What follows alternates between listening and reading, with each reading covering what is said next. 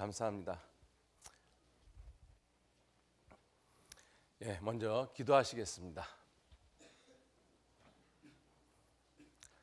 은혜와 사랑이 충만하신 거룩하신 아버지 하나님 감사합니다. 오늘도 귀한 하나님의 은혜와 사랑으로 하나님의 말씀, 성경을 배울 수 있는 귀한 시간 또 귀한 마음을 허락해 주심에 진심으로 감사를 드립니다. 하나님 말씀 하루하루 배워가면서 참으로 성경이 사실인 것과 또 하나님이 살아계심을 분명히 깨달아 알 수 있는 지혜와 총명을 듣는 우리 모두에게 허락해 주옵소서. 또 거룩하신 하나님의 말씀 앞에서 한 영혼도 이뤄지는 사람 없도록 하나님께서 자비와 긍휼을 베풀어 주시기를 간절히 의지하고 부탁드립니다. 이 시간 온전히 주 성령님께만 의지합니다. 하나님께서 친히 역사하시고 앞서 행해 주시고 인도해 주옵소서.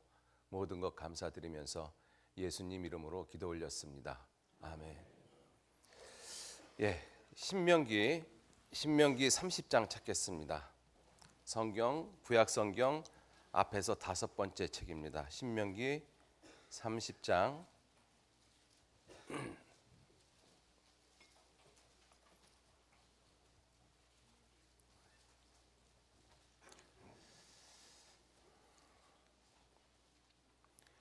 신명기 30장 페이지 수로 311페이지입니다. 19절 20절 말씀 2절 말씀만 함께 읽도록 하겠습니다. 내가 오늘날 천지를 불러서 너희에게 증거를 삼노라. 내가 생명과 사망과 복과 저주를 내 앞에 두었은즉 너와 내 자손이 살기 위하여 생명을 택하고 내 하나님 여호와를 사랑하고 그 말씀을 순종하며 그에게 부정하라. 그는 내 생명이시요 내 장수시니 여호와께서 내 열조 아브라함과 이삭과 야곱에게 주리라고 맹세하신 땅에 내가 거하리라. 반갑습니다. 오늘 또 이틀째 날이니까 훨씬 더 친근하게 느껴지시죠? 대답 안 하실 줄 알았습니다. 오늘도 서로 좀 쳐다보시면서 앞뒤 좌우 이렇게 쳐다보시면서 밝게 좀 인사 좀 나누셨으면 좋겠습니다. 잘 오셨습니다. 이렇게 한번 인사해 보시죠.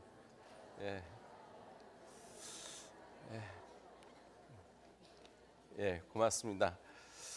오늘 말씀은 어저께 미리 말씀을 드린 대로 선택에 대한 말씀을 드리고자 합니다.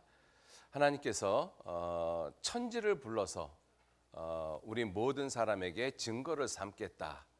그 내용이 무엇이냐면 우리 모든 인생의 앞길에 생명과 사망과 복과 저주 이 두 길을 두시겠다라고 말씀하셨습니다.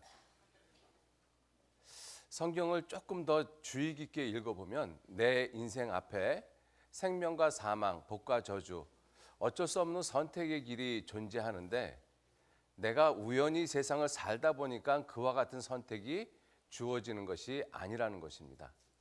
이 성경은 뭐라고 말씀을 하고 계시는가 하면 내가 하나님이시죠. 하나님께서 생명과 사망과 복과 저주를 내 앞에 두었다. 그러니까 우리 앞에 선택의 길을 두신 분이 누구시냐면 바로 하나님이십니다. 우연히 그 선택이 주어진 것이 아니라는 것이죠. 자, 그리고 이 두 길을 선택할 수밖에 없는 이 두 길을 내 앞에 두었으니 너와 내 자손은 살기 위해서 반드시 생명을 택하라고 말씀을 하고 계십니다. 내 앞에 있는 길이 이 길은 지옥 가는 길이고 이 길은 천국 가는 길이고 이 길은 생명의 길이고 이 길은 죽는 길이다. 그것을 내가 분명히 안다라면 어떠한 사람이 굳이 지옥 가는 길, 죽는 길 택하겠습니까? 문제는 내 앞에 놓여진 이 길이 정말 생명의 길인지 아니면 사망의 길인지 천국 가는 길인지 지옥 가는 길인지를 내가 모른다라는 것입니다. 그러니까 이 선택에 있어서 정말 중요한 것이 뭐냐면 올바로 선택할 수 있는 기준이 무엇이냐 하는 것이죠. 그 올바로 선택할 수 있는 기준을 내가 찾지 못한다면 우리는 잘못된 선택을 할 수밖에 없다라는 것입니다. 잠언 16장 25절 말씀에 같이 한번 읽어 보시겠습니다. 어떤 길은 사람의 보기에 바르나 필경은 사망의 길이니라. 어떤 길은 내 앞에 놓여 있는 수없이 많은 길이 있는데 그 중에 내가 보기에 어떤 길은 보기에 바르다라고 나는 생각합니다. 근데 보기에 바르다라고 생각하는 그 기준이 뭐냐면 사람 보기에 바르다. 사람 보기에. 여러분들 그만 한번 생각해 보시죠. 사람이 절대적인 기준이 될 수 있을까요? 사람은 절대적인 기준이 될 수 없다라는 것을 나 자신의 생각이나 내가 걸어온 삶의 모습을 봐도 사람의 생각과 사람의 말과 사람의 뜻과 계획은 절대적으로 기준이 될 수 없다라는 것을 인정할 수밖에 없습니다. 사람 보기에 바르나. 그렇기 때문에 필경은 그 마지막은 죽음이다라고 말씀을 하고 있는 거예요. 그죠? 사람 보기에 바른 길이 아니라 하나님 보시기에 바른 길. 정말 절대자가 있다면 그 절대자가 보기에 그 올바른 길, 그 길을 가는 것이 중요한 것이죠. 하나님은 그래서 말씀하시기를 내가 사람들 앞에 내 앞에 생명과 사망과 복과 저주 이 두 길을 두었은즉 너와 내 자손은 살기 위해서 반드시 생명을 택하라고 말씀을 하고 계십니다. 사람이 보기에 바른 그 길이 옳은 길이 되어지지 못하는 이유가 이와 같은 이유입니다. 여기 보시면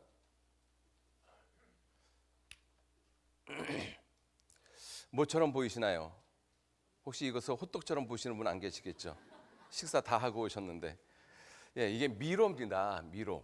그죠? 우리는 이 미로 속에 어떻게 시작을 해서 내가 이 미로 가운데 들어왔는지 그리고 어떻게 이 미로를 헤쳐 나갈지 사실은 우리 인생은 아무것도 모릅니다.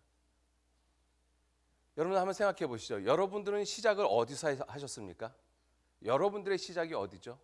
내 시작, 내 근본이 어디죠? 끝이 어딥니까? 아무도 몰라요. 세상에서 나름대로 똑똑하다고 하는 사람들은 요 부분에서 자기가 존재하고 있는 요 부분에 대해서 요 부분에 대한 길은 아주 잘 알고 있죠.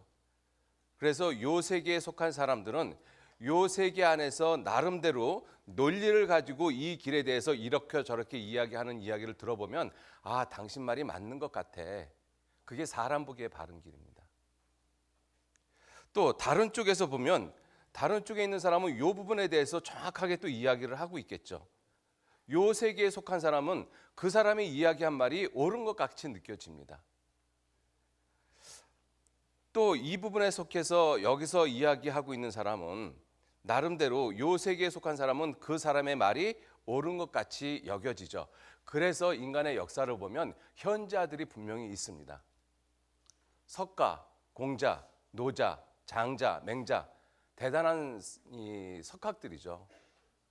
나름대로 뛰어난 사람들이다. 그런데 문제는 이 사람들 공의가 나름대로 이 부분에 대해서는 정확하게 다른 사람보다 놀라운 지혜를 가지고 있었을지는 모르지만 입구와 출구를 정확히 이야기하지 못하고 있다는 것입니다. 시작과 끝을 이야기하지 못하고 그 과정을 너무나 장황하게 논리정연하게 이야기를 하고 있습니다. 하루는 제자들이 공자에게 물었다라고 이야기를 합니다. 선생님, 이 삶이 무엇이고 죽음이 무엇입니까? 공자가 내가 사는 것도 잘 모르는데 죽는 것을 내가 어떻게 알겠느냐 이렇게 이야기를 했다고 하지 않습니까? 시작과 끝을 모른다는 것이죠. 시작과 끝. 그 과정만 정확하게 알고 있을 것입니다. 그것이 사람 보기에 바른 길이거든요. 그 사람 보기에 바른 길은 내가 선택을 할 수 있는 절대적인 기준은 안 되어진다는 것입니다. 사람 보기에 바른 길이 아니라 하나님 보시기에 바른 길. 그 하나님은 그 절대자는 바로 시작과 끝을 정하신 분, 처음과 나중이신 분. 모든 이 시간과 공간의 세계를 초월해서 계신 분, 그분만이 선택의 기준, 절대적인 기준이 될 수 있는 것입니다. 하나님은 말씀하시기를 요한계시록 21장 13절 말씀에 같이 한번 읽어보시죠. 나는 알파와 오메가요, 처음과 나중이요, 시작과 끝이니라. 자, 하나님은 스스로 말씀하시기를 나는 처음과 나중이요, 시작과 끝이라. 처음과 나중이요, 시작과 끝이라. 하나님 분명히 이렇게 말씀하고 계셔요. 이 말씀의 의미가 무엇이냐면 시간과 공간을 초월해서 계시는 절대자라는 뜻입니다. 그 절대자가 하신 그 말씀만이 시작과 끝을 분명히 언급을 하고 계시고, 그 시작과 끝을 분명히 말씀하시는 그분의 말씀만이 내가 선택을 할 수 있는 절대적인 올바른 기준이 되어진다는 것입니다. 하나님의 말씀이 아니면 절대로 이 올바른 기준이 되어지지 못하죠. 그래서 이사야서 8장 20절 말씀에 마땅히 율법과 증거의 말씀을 좇을지니, 바로 성경 하나님의 말씀이죠. 그죠? 사람이 마땅히 성경 율법과 증거의 말씀을 좇을지니 그들의 말하는 바가, 사람들이 말하는 바가 사람들 보기에 옳다라고 하는 그것이 이 말씀에 맞지 아니하면, 이 성경 말씀에 율법에 맞지 아니하면 그들이 정령의 아침빛을 보지 못하고 이 땅으로 헤매며, 아까 그 미로 봤죠? 미로 안에서 헤매는 거예요. 이 땅으로 헤매며 공고하며 줄일 것이라. 그 줄일 때 번jo하여 자기의 왕 자기의 하나님을 저주할 것이며. 어리석은 것이죠. 자기 자신을 저주해야지 왜 하나님을 저주합니까? 위를 쳐다보거나 땅을 굽어보아도 환난과 흑암과 고통의 흑암뿐이리니, 그래서 시작과 끝을 알지 못하는 사람의 인생은 환난과 흑암과 고통의 흑암뿐이라고 말씀하고 계셔요. 그리고 결국은 그들이 심한 흑암 중으로 쫓겨 들어가리라. 지옥입니다. 하나님의 절대적인 말씀에, 이 생명의 말씀, 이 말씀에 맞지 아니하면 그 결과가 잘못된 선택을 가져오게 되고, 그 잘못된 선택의 결과가 심한 흑암 중이다, 지옥이다라고 성경은 분명히 말씀하고 계십니다. 자, 따라서 우리가 선택을 해야 되는데, 왜? 하나님께서 그 선택의 길을 우리 앞에 두셨지 않습니까? 내가 오늘날 천지를 불러서 너에게 증거를 삼노라. 내가 생명과 사망과 복과 저주를 내 앞에 두었은즉 너와 내 자손은 살기 위해서 생명을 반드시 택하라. 나라는 이 존재는 어쩔 수 없이 이 두 길을 택하여야만 합니다. 그죠? 이 두 길을 택해야만 돼요. 이 길을 서로 완전히 상반되어지는 이 두 길에 옳고 그른 것을 결정할 수 있는, 기준할 수 있는 절대적인 기준은 하나님 말씀밖에 없습니다. 그래서 하나님 말씀, 이 성경에는 시작과 끝이 기록되어져 있죠. 태초에 하나님이 천지를 창조하시니라. 이 세상이 우연히 그렇게 종이가 구겨지듯 그렇게 접혀진 것이 아니라 분명히 의도를 가지고 만드신 분이 있다라는 것입니다. 그리고 이 세상은 언젠가는 끝이 나고 영원한 세상이 도래한다라고 성경은 분명히 말씀을 하고 계십니다. 시작과 끝을 분명히 말씀하고 계시죠. 그리고 시작과 끝을 분명히 말씀하신 그 하나님 말씀 안에는 분명히 증언과 성취함이 있습니다. 그러니까 우리 인간으로서는 절대로 하나님을 몰랐다, 하나님을 못 봐서 못 믿었다라고 핑계할 수 없는 그러한 그 성경이 우리 앞에 놓여져 있는 것입니다. 우리는 이 성경 앞에서 절대로 하나님을 몰라서 못 믿었습니다라고 핑계는 할 수가 없습니다. 자, 오늘 주제가 너와 내 자손이 살기 위해서 생명을 택하라고 우리에게 그렇게 말씀을 하고 계십니다. 자, 그러면 우리 인류는 시작서부터 올바른 선택을 하나님 앞에서 했을까, 아니면 하지 못했을까? 한번 좀 우리가 살펴보는 것이 필요하겠죠. 과연 우리 인류는 하나님이 처음 창조하신 그 아담은 에덴 동산에서부터 올바른 선택을 했고, 노아 홍수 전 시대의 사람들이 정말 하나님 앞에서 올바른 선택을 했고, 온 세상에 언어가 하나였었을 때 사람들이 하나님 앞에서 올바른 선택을 했을까 한번 살펴보는 것이 중요합니다. 창세기 2장 한번 보시죠.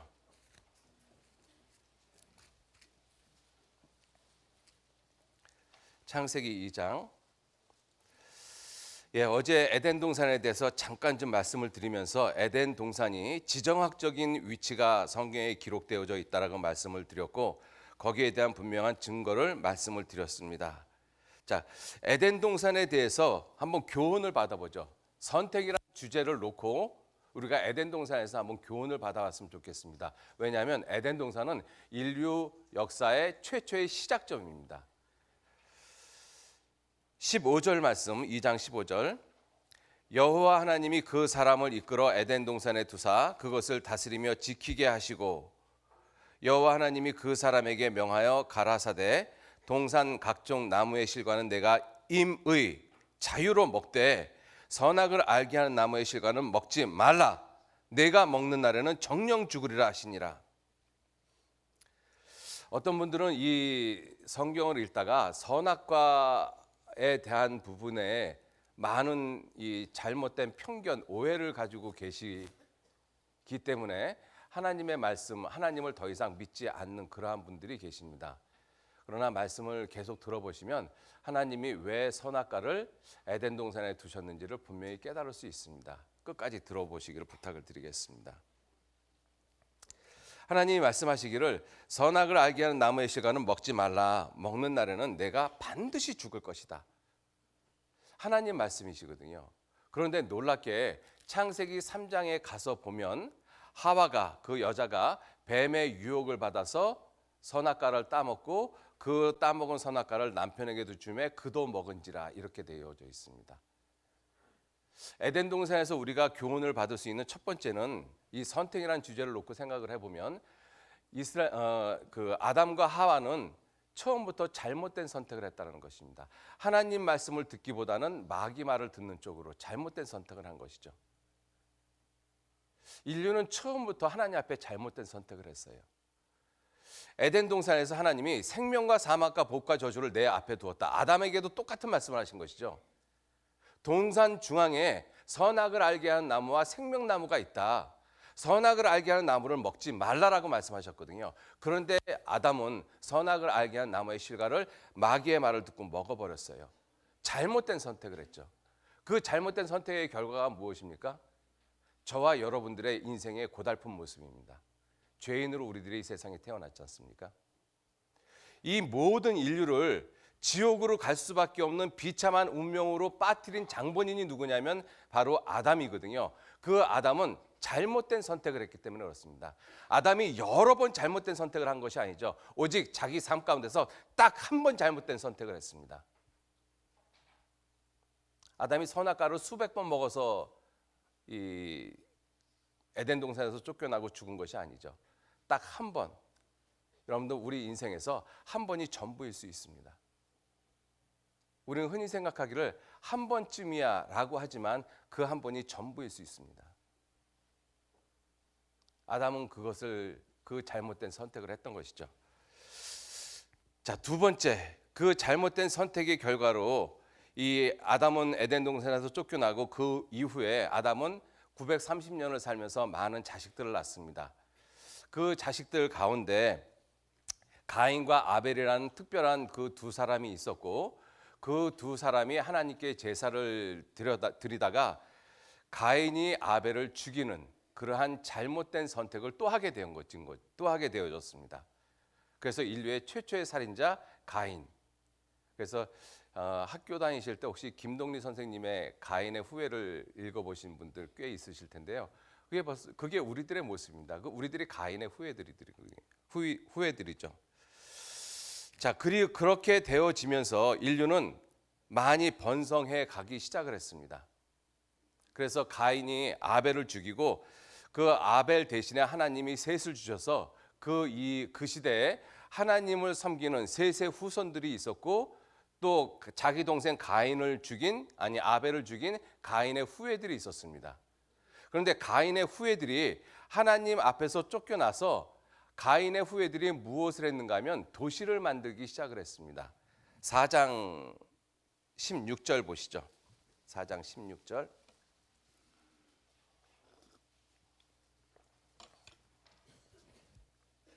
가인이 여호와의 앞을 떠나 에덴 동편 놋 땅에 거하였더니, 놋이란 의미가 유리하다, 베가본드 방랑하다, 그런 의미를 가지고 있습니다. 아내와 동침하니 그가 잉태하여 에녹을 낳은지라. 가인이 성을 쌓고 그 아들의 이름으로 성을 이름하여 에녹이라 하였더라. 이 성, 도시죠. 여러분들, 도시는 어쩔 수 없이 죄악이 충만할 수밖에 없게 되어져 있습니다. 사람이 많이 모인 것은 나름대로 인위적인 어떠한 그 규제가 필요하고, 또 그러한 많은 사람들이 모인 그 가운데서 많은 죄가 잉태되어지고 자행되어지기 시작을 합니다. 그래서 도시 문명은 항상 죄하고 반드시 연관되어져 있죠. 자, 그리고 19절, 라멕이 두 아내를 취했으니, 하나님은 한 남자 한 여자를 취해서 같이 살라라고 말씀했는데, 이 가인의 후에 라멕이 두 아내를 취했습니다. 가정의 파괴가 벌써 시작되어진 것이죠. 한 집안에 여자가 둘 있으면요 절대 평화 없습니다. 그죠? 경험이 있으셨나 봐요. 이스라엘 민족이 그런 속담이 있답니다. 집에서 고양이와 여자를 같이 키우지 말라. 그런 말이 있다라고 합니다. 근데 그 한 집안에 여자가 둘이 있으면 절대로 평안할 일이 없죠. 그런데 라멕이 두 아내를 취했다라고 이렇게 말씀을 하고 있고요. 20절에 야발을 낳았으니 그는 육축 치는 자의 조상이 되었다. 이 대규모의 이 낙농 산업이라고 할 수 있는 육축을 치는 일들이 벌어지고 있죠. 왜냐하면 도시는 수요가 많이 요구되는 곳이지 않습니까? 그러니까 기업적으로 대규모의 육축을 치는 자가 생겼다라는 것이죠. 그리고 21절, 그 아우의 이름은 유발이니 그는 수금과 퉁소를 잡는 모든 자의 조상이 되었으며, 음악이 발달되어져 있습니다. 그런 도시에는 화려한 음악들, 화려함이 도시를 장악을 하고 있지 않습니까? 거기에 음악은 반드시 필요한 것입니다. 그리고 22절, 실라는 두발 가인을 낳았으니 그는 동철로 각양 날카로운 기계를 만드는 자요. 날카로운 기계, 다른 의미로는 세밀한 기계. 이때 이미 기계 문명이 있었습니다. 이게 노아 홍수 전 문명이거든요. 그러니까 도시가 형성이 되어지면서 문명은 발달되어집니다. 음악도 발달되어지고 기계 문명도 발달되어지고, 그리고 죄도 발달되어지고. 자, 그렇게 사람들이 이 번성하기 시작을 했습니다. 6장 1절 말씀.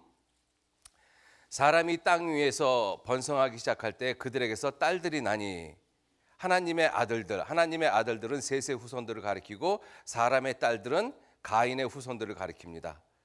그래서 하나님의 아들들이 사람의 딸들의 아름다움을 보고 자기들의 좋아하는 자로 아내를 삼는지라. 하나님이 빛의 아들들은 사람의 딸들하고 섞이지 말라라고 되어져 있어요. 그런데 섞여버린 것이죠. 이게 혼잡이 되어지면 무엇이 옳고 무엇이 그른지 선택하기가 굉장히 불가능해집니다. 혼돈되어진 상태에서는 기준이 흔들려 버리지 않습니까? 그러면 올바른 선택을 할 수가 없어요. 그래서 점점 더 혼란스러워져 가고 있죠. 우리가 살고 있는 이 시대처럼. 5절, 여호와께서 사람의 죄악이 세상에 관영 꽉 들어찼다라는 것이죠. 그 마음의 생각에 모든 계획이 항상 악할 뿐임을 보시고, 땅 위에 사람 지으셨음을 한탄하사 마음에 근심하시고 가라사대, 나의 창조한 사람을 내가 지면에서 쓸어버리되 사람으로부터 육축과 기는 것과 공중의 새까지 그리하리니, 이는 내가 그것을 지었음을 한탄함이니라 하시니라. 그러나 노아는 여호와께 은혜를 입었더라. 노아의 사정은 이러하니라. 노아는 의인이요 당세의 완전한 자라. 당세의 완전한 자라. 기억하시기 바라겠습니다. 노아는 당세의 완전한 자라. 기억하셔요. 자, 그래서 하나님이 노아와 그 7식구, 노아를 포함해서 8식구를 살리기 위해서 방주를 만들라고 했습니다. 배보다는 방주죠. 이 큰 상자를 만들라고 하셨다라고 표현하면 더 정확하겠습니다. 14절, 너는 잣나무로 너를 위하여 방주를 짓되 그 안에 간들을 막고 역청으로 그 안팎에 칠하라. 그 방주의 제도는 이러하니, 장 길이가 300규빗, 광 넓이가 50규빗, 고 높이가 30규빗이며 규빗은 어른 팔꿈치에서부터 장지 손가락까지의 거리를 보통 이야기합니다. 보통 45cm에서 50cm 정도 된다라고 말하고 있습니다. 계산하기 편하게 50cm라고 한다라면 한 규빗을 300규빗이면 3, 5, 15, 150m입니다. 축구장이 110m라고 우리가 알고 있으니까 축구장보다 훨씬 더 긴 배가 만들어졌다는 것을 알 수가 있는 것이죠. 그리고 길이와 넓이의 비율이 300대 50, 약분을 하면 6대 1의 비율입니다. 배가 어느 때 가장 안전하나, 이 배를 만드는 그 사람들이 가장 신경을 많이 쓰는 것이 무엇이냐면 배는 땅에서 다니는 것이 아니라 물 위에서 다니지 않습니까? 바다는 항상 파도가 출렁거리고 있습니다. 그 높은 파도가 있을 때 그 높은 파도에서 안전성을 갖다가 복원할 수 있는 그 제도가 얼마일까 많은 조선공학자들이 연구를 했죠. 이제 조선공학자들이 그 연구 결과에 나타난 이야기가 무엇이냐면 길이와 넓이의 비율이 6대 1일 때 배는 가장 안전하다라고 이야기를 하고 있습니다. 그런데 요즘 배는 그렇게 안 만들죠. 보통 한 8대 1의 비율로 만든다고 합니다. 왜? 6대 1의 비율로 만들면 속력이 거의 나지 않는다라고 합니다. 그래서 안전성은 낮추고 속도를 높이기 위해서 8대 1, 9대 1의 비율로 만들어 놓으니까 3m, 4m 파고에서도 배가 뒤집어지는 거예요. 여러분들 이와 같은 말씀을 어떻게 썼을까? 노아가. 그죠? 그러니까 이 시대가 굉장히 발달한 문명이었고 그리고 그 발달한 문명에 하나님이 놀라운 지혜를 주셔서 이 노아의 방주는 그 높은 파고에 살아남아야 되니까 뒤집어지지 않고 항상 안전성을 가지고 있어야 되니까 가장 안전한 비율로 하나님이 이 제도를 설명을 해주고 계신 것이죠. 16절 거기 창을 내되 위에서부터 한 규빗에 내고 그 문은 옆으로 내고 상중하 3층으로 할지니라. 내가 홍수를 땅에 일으켜 무릇 생명의 기식이 있는 육체를 천하에서 멸절하리니 땅에 있는 자가 다 죽으리라. 그러나 너와는 내가 내 언약을 세우리니 너는 내 아들들과 셈, 함, 야벳 세 명이죠. 내 아내 그리고 내 자부 며느리들 세 명의 며느리 함께 그 방주로 들어가고 그래서 방주에 들어간 사람은 8명입니다. 혈육 있는 모든 생물을 너는 각기 암수 한 쌍씩 방주로 이끌어들여 너와 함께 생명을 보존케 하되 새가 그 종류대로 육축이 그 종류대로 땅에 기는 모든 것이 그 종류대로 각기 둘씩 내게로 나오리니 그 생명을 보존케 하라. 22절 노아가 그와 같이 하되 하나님이 자기에게 명하신 대로 다 준행하였더라. 7장 6절 말씀 7장 6절 자, 제가 이 밑줄을 치라고 하는 부분에 한번 좀 밑줄을 한번 쳐보시면 도움이 되실 거라고 생각이 되어집니다. 숫자에 대한 부분에 대해서 밑줄을 한번 쳐보시죠. 6절 홍수가 땅에 있을 때 노아가 600세라. 노아가 600세라. 그죠?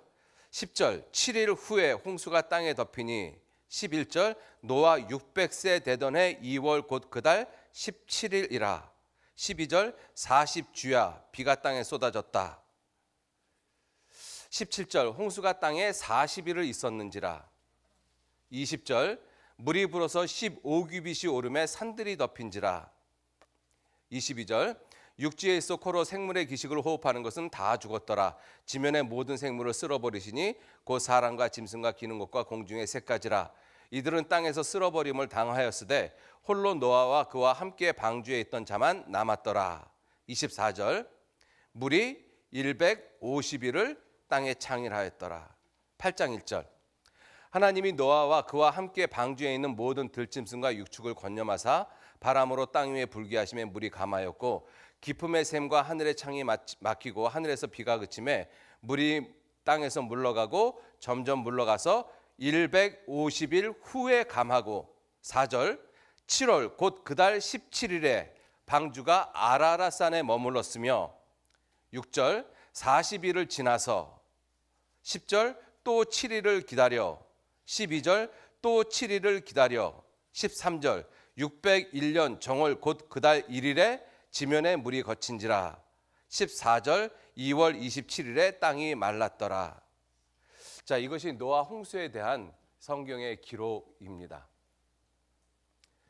노아 홍수에 대해서는 상당히 많은 내용들이 인터넷상에도 아주 분분하고 학자들 사이에서 진위 여부를 놓고 많은 말을 하고 있습니다. 자, 그런데 노아의 방주가 이 성경에 아라랏산에 머물렀다라고 했는데 아라랏산이 지금 현재 존재하고 있고 그 현존하는 아라랏산에 노아의 방주가 발견이 되어진다라면 노아의 방주에 대한 많은 이견들은 일소에 다 해소가 되어집니다. 그것만큼 확실한 증거는 없지 않습니까? 자, 그런데 2010년에 노아 방주가 발견이 되어졌습니다. 보시죠. 아라랏산이라고 했는데 성경에 아라랏산이 여기 실제로 존재를 하고 있습니다. 좀 더 다른 화면을 보여드리도록 하겠습니다. 여기가 이란이고 여기가 터키, 위쪽이 이제 구소련 지역입니다. 여기가 아르메니아, 이쪽이 바로 아라랏산이라고 말하고 있는데 해발 5,165m입니다. 꽤 높은 산이죠. 이 해발 5,165m, 보통 해발 한 4,000m 정도 지점에 가면 글레이셔스라고 하는 그 빙원, 그 큰 빙산들이 존재하지 않습니까? 이 빙산 속에 이 노아의 방주가 묻혀 있어서 사람들에게는 쉽게 발견되어지지 않습니다. 여러분들 이 빙원을 가보신 분들은 아시겠지만 빙원을 가서 보면 어마어마합니다. 우리가 생각하는 이 쬐끄만 얼음 조각이 아니거든요. 거기에 아무리 축구장 넓이 길이만한 큰 것이 있다 할지라도 그것을 찾는 것은 절대적으로 불가능합니다. 해발 4,000m 지점에 그 노아의 방주가 발견이 되어졌습니다. 2010년 4월 26일자 홍콩 신문입니다. 홍콩의 이 복음주의자들이 이 비블리칼 노아즈 아크, 이 성경에 있는 노아의 아크를 갖다가 노아의 방주를 발견했다. 이것이 그 홍콩 신문에 보도가 되어졌습니다. 그리고 이 내용을 미국에 있을 때 2010년 미국에서 팍스 뉴스에서도 이 내용을 갖다가 발표를 했습니다. 그리고 실제로 그 방주 안에 들어가서 그 안을 찍은 사진들입니다. 이것은 실제로 이와 같은 내용들. 여러분들 지금도 만약에 정 못 믿겠다라고 생각하시는 분들은 한번 아라랏산을 탐험해서 한번 찾아보시는 것이 좋겠다는 생각도 들어요. 대홍수 피할 수 없는 역사적인 사실이다. 여러 가지 모습을 보더라도, 왜냐하면 지구 지층의 75%가 퇴적층입니다. 놀랍죠? 75%가 퇴적층이거든요. 물이 범람하면 그 진흙 같은 토사들이 쌓여버리지 않습니까? 그것이 이루어진 것이 퇴적층입니다. 어저께 아시리아 제국에 대해서 잠깐 말씀을 드렸잖아요. 성경의 아시리아 제국을 하나님이 강의 문을 열어서 그 왕궁을 갖다가 덮어버린다라고 말씀하셨거든요. 이 아시리아 제국이 티그리스 강 유역에 있는데 티그리스 강이 범람해서 토사가 쌓여가지고 성벽이 60m 되는 그 성들이 묻혀져 버린 것입니다. 진흙이 6m 두께로. 그와 같은 모습에 그 확대된 모습이 인류 대홍수 사건이었거든요. 그래서 대홍수 피할 수 없는 역사적인 사실이다라고 말씀을 하고 있고, 노아의 방주, 터키 정부에서 노아의 방주 연말 일반에게 공개하겠다. 인공위성과 성서의 신비, 노아의 방주는 아라랏 산정 얼음 속에 있다. 과학으로 부정했던 성경 속의 신비, 이제는 과학으로 증거하게 됐다. 증거하게 됐다. 여호와의 이름으로 말한 일에 증험도 없고 성취함도 없으면 이는 여호와의 말씀하신 것이 아니라고 말씀하셨어요. 노아의 대홍수 실제로 있었다. 노아의 대홍수 실제로 발생했다. 성경 이 세상에 있는 많은 사람들은 노아 홍수가 실제로 존재했다라고 말들을 하고 있죠. 자, 노아의 그 대홍수 사건은, 성경에 나와 있는 대홍수 사건은 신화나 전설이 아니라 실제로 존재했던 역사적인 사실입니다. 제가 역사적인 사실이라고 강조를 했지 않습니까? 이유가 있어요. 여러분들, 제가 그 창세기 7장, 8장을 읽으면서 숫자에 대한 부분에 대해서 줄을 좀 쳐보라고 말씀을 드렸는데, 여러분들 신화나 전설은 숫자에 대해서 그렇게 민감하지 않습니다. 대충 이렇게 시작하죠. 실화나 전설은 옛날 한 옛날에 예쁜 소녀 하나가 이런 식으로 시작하잖아요. 호랑이 담배 먹던 시절, 그냥 먼 옛날 이렇게 이야기를 하지 정확하게 2345년 전 이렇게 얘기를 안 합니다. 그죠? 그런데 성경에서 노아의 홍수에 대해서는 숫자가 너무나 자세하게 아주 세밀하게 기록되어져 있다는 것입니다. 그런데 이 연도가 기록되어지는 그 연도의 기준점이 누구냐면 노아라고 되어져 있어요. 7장 11절 말씀 다시 보시면 노아 600세 되던 해 2월 곧 그달 17일 이때 홍수가 시작됐습니다. 노아 600세 되던 해 2월 곧 그달 17일. 왜 노아를 기준점으로 잡았을까요? 아까 6장 9절 말씀에 보면 노아는 의인이요 당세 그 시대에 완전한 자라고 표현하고 계시거든요. 그러니까 완전한 자가 기준점이 되어진 것이죠.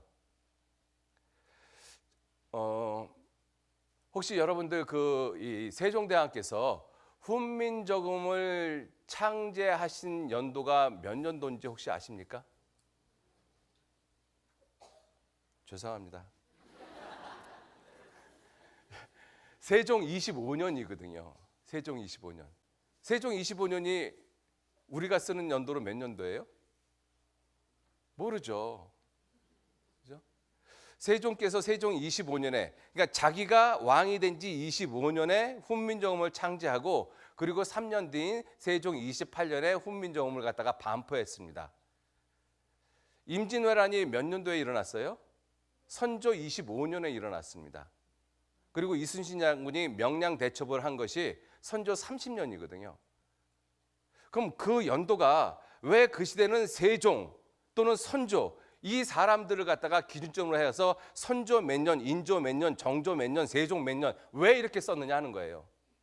지금은 전 세계가 공통적인 연도를 사용하고 있잖아요. 예수님을 기점으로 해서 예수님 오신 후 몇 년 이렇게 사용하고 있습니다. 우리가 살고 있는 2018년이 예수님이 오신 후 2018년이 지났다란 예수님이 기준점이 되어져 있잖아요. 그죠? 우리가 예수님이 기준점이 된, 쉽게 말해서 서력기원을 쓰게 되어진 지가 그리 오래되어지지 않습니다. 1895년 갑오경장 때부터 우리가 서력기원을 썼거든요. 여기 보시면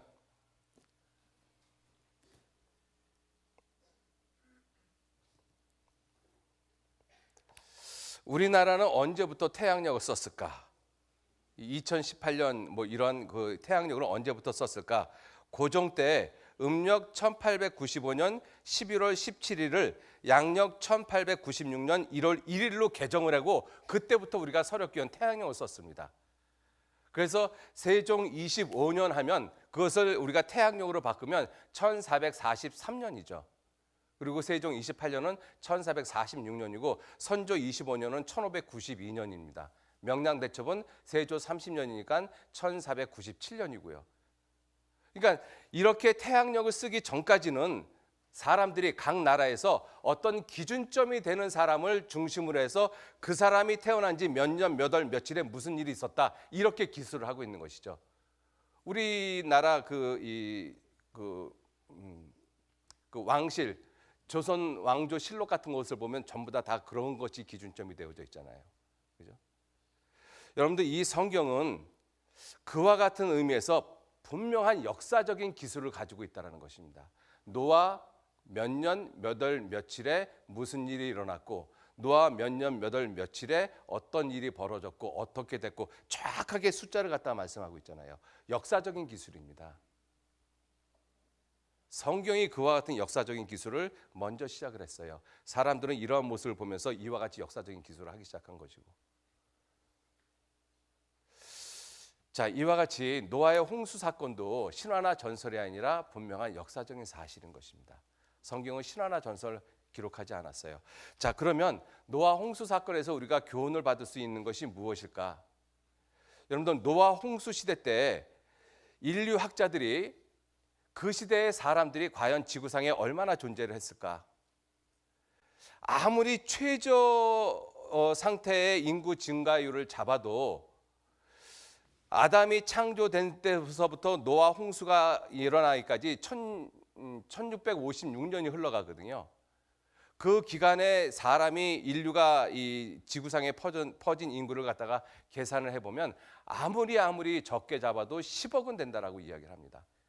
굉장한 인구였었죠. 그리고 굉장한 발달된 문명이었습니다. 자, 그러한 이 인구가 노아 홍수 사건으로 인해 가지고 노아 식구 8명만 빼놓고 다 죽어버렸어요. 왜 그랬을까요? 선택을 잘못했기 때문에 그렇습니다.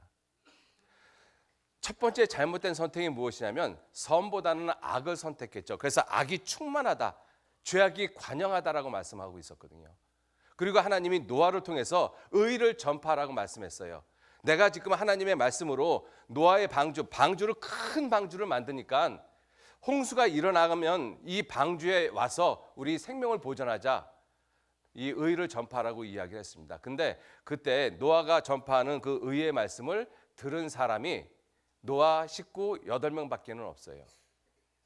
여러분들, 노아가 한번 생각해 보세요. 노아의 가족 관계를 보면 노아의 아버지도 있을 것이고, 노아의 큰아버지, 작은아버지, 노아 친구들, 노아 부인, 외가족, 얼마나 많은 사람이 있겠어요.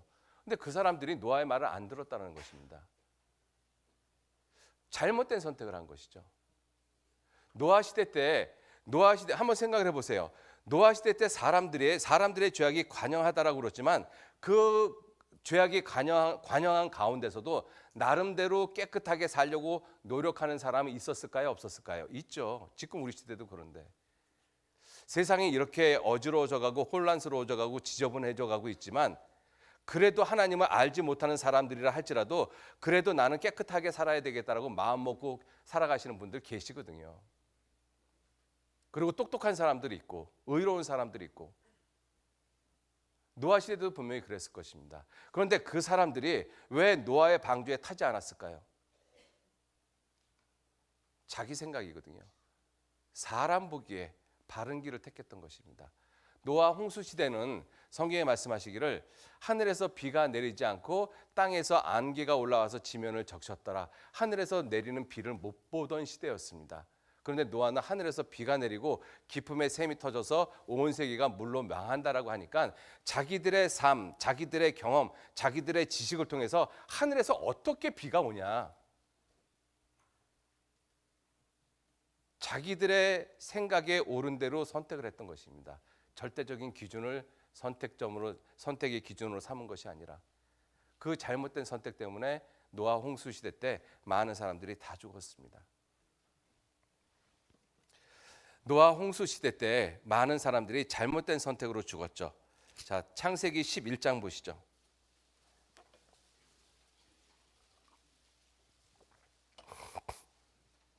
11장.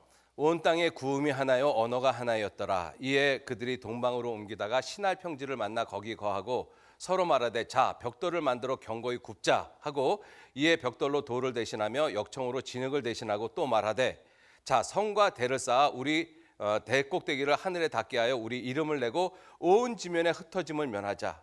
야, 더 이상 하나님이 다스리는 그러한 모습의 삶이 아니라 우리들 스스로가 우리가 한번 하나님하고 상관없이 우리들 세상에서 한번 살아보자. 하나님의 다스림을 거부하고 인간의 다스림을 원했던 시대입니다. 인본주의 사상의 시작이 바로 이 바벨탑 사건이거든요. 그래서 하나님이 그 시대의 사람들을 흩어버리기 위해서 6절 여호와께서 가라사대 이 무리가 한 족속이요 언어도 하나이므로 이같이 시작하였으니 이후로는 그 경영하는 일을 금지할 수 없으리로다. 자 우리가 내려가서 거기서 그들의 언어를 혼잡게 하여 그들로 서로 알아듣지 못하게 하자 하시고, 여호와께서 거기서 그들을 온 지면에 흩으신 거로 그들이 성 쌓기를 그쳤더라.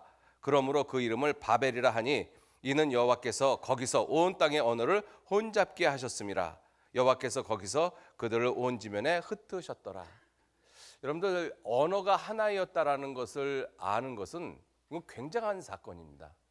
왜냐하면 진화론적 관점에서 보면 언어가 정말 어디에서 시작이 됐을까? 여러 언어에서부터 시작이 되었고 이렇게 많은 언어가 있을까? 아니면 한 언어에서 이 많은 언어가 분화가 됐을까? 언어학자들이 상당히 궁금했겠죠. 그래서 언어학자들이 찾았습니다. 과연 언어가 어떻게 시작이 되어졌을까?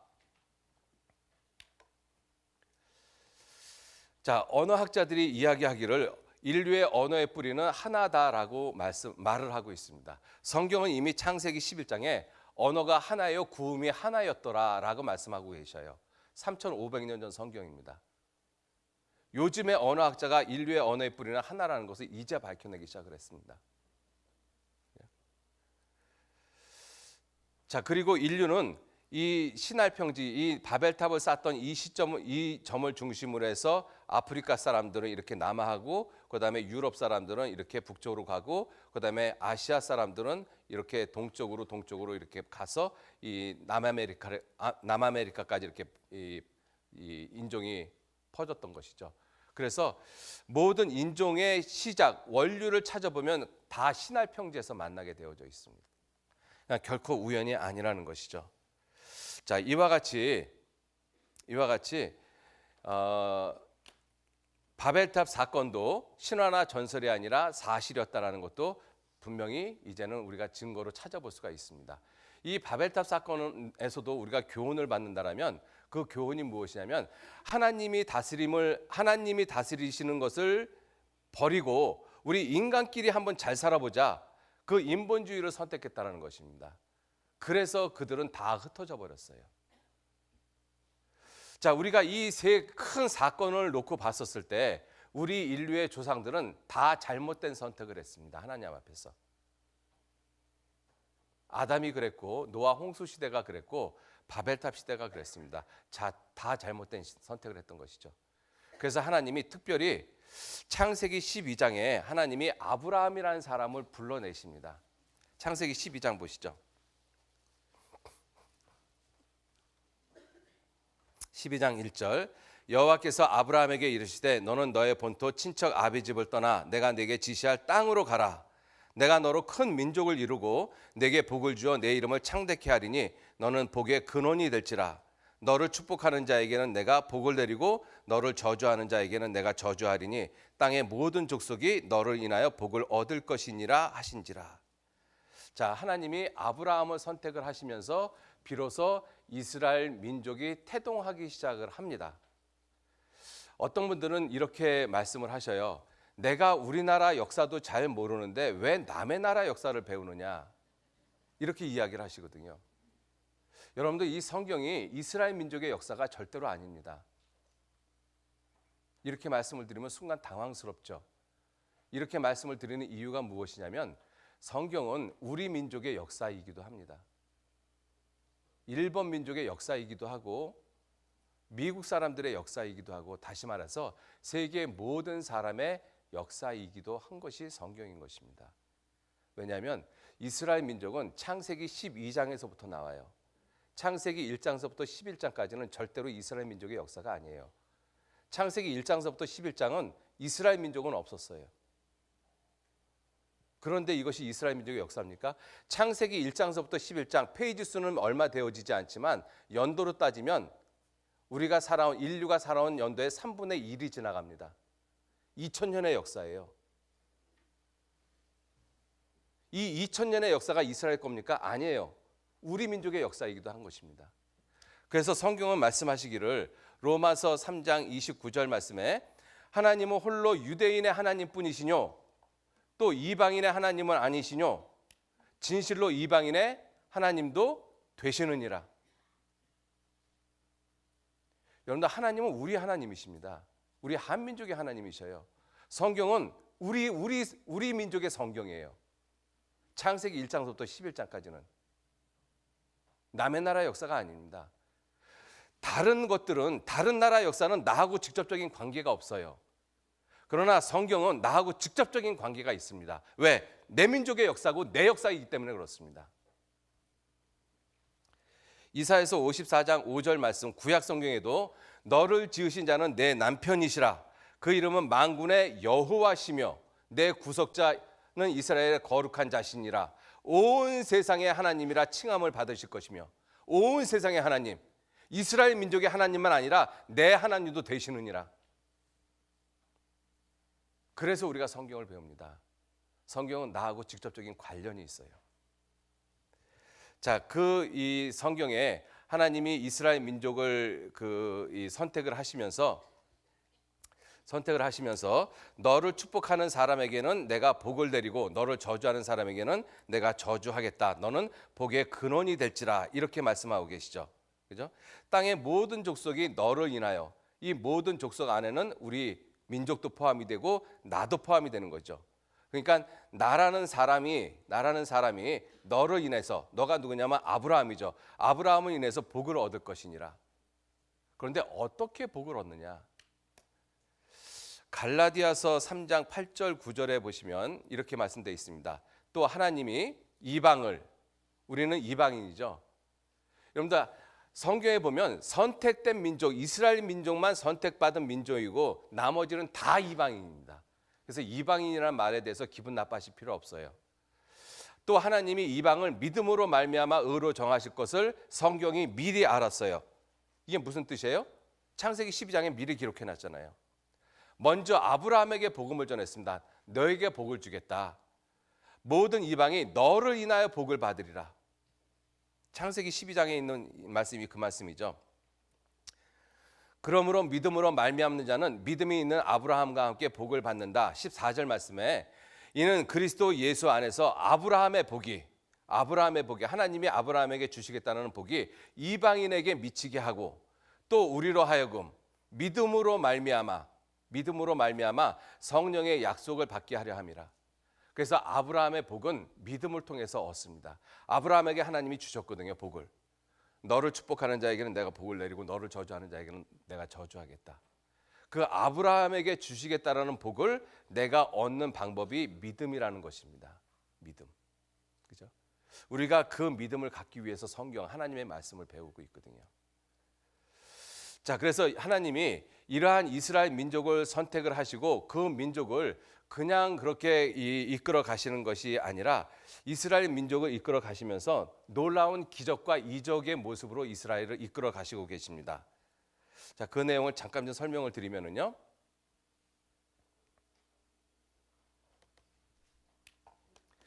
하나님이 아브라함을 선택을 했습니다. 이스라엘 민족의 조상 되는 사람이죠. 자, 그리고 이스라엘 민족을 이적과 기적으로 이끌어 가십니다. 여러분들, 이적과 기적은 내 생각으로 이해되어지지 않는 것들이 분명히 내 눈앞에 나타나는 것을 이적이라고 이야기를 하죠. 그런데 이적은 사람의 생각이나 사람의 논리를 가지고 설명되어질 수 있는 부분이 아닌 것입니다. 그런데 이스라엘 민족의 역사는 그와 같은 이적으로 이끌어져 가고 있다는 것입니다. 그렇게 이적으로 이끌어 가시는 이유는 무엇이냐면 하나님이 어떠한 분이신지를 정확하게 설명하기 위해서 그래요. 이스라엘 민족에게 또 이방인들에게. 그래서 하나님이 어떠한 분이신지를 알게 하고 그 이스라엘 민족에게 하나님의 말씀을 맡기십니다. 그것이 바로 구약 성경이죠. 그래서 성경은 이스라엘 사람들에 의해서 기록되어졌습니다. 이 구약 성경에는 어떠한 내용이 기록이 되어져 있는가 하면 바로 그리스도, 구원자를 보내주시겠다라는 약속이 기록되어져 있습니다. 그리고 그 그리스도께서 이 세상에 오셔서 십자가에 돌아가셔서 구원을 완성을 하셨습니다. 그리고 그 완성된 구원의 복음이 온 세상에 전파되어지고 그 온 세상에 전파되어진 이 구원의 복음을 여러분들처럼 오늘처럼 이렇게 들으면서 믿음을 통해서, 그죠? 믿음을 통해서 행위가 아니라 열심히 교회 다니려고 하는 그런 행위가 아니라 착하게 살려고 하는 행위가 아니라 구원을 이루셨다라는 그 구원의 복음의 내용을 듣고 믿음을 통해서 아브라함에게 주시겠다라는 복이 내게도 이루어진다는 것입니다. 이것이 하나님이 이스라엘 민족을 선택하신 이유예요.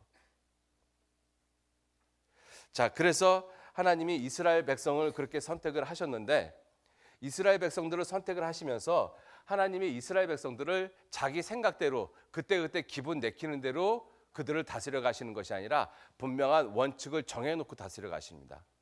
그래서 하나님은 이스라엘 백성들하고 무엇을 하셨는가 하면 계약을 하셨어요.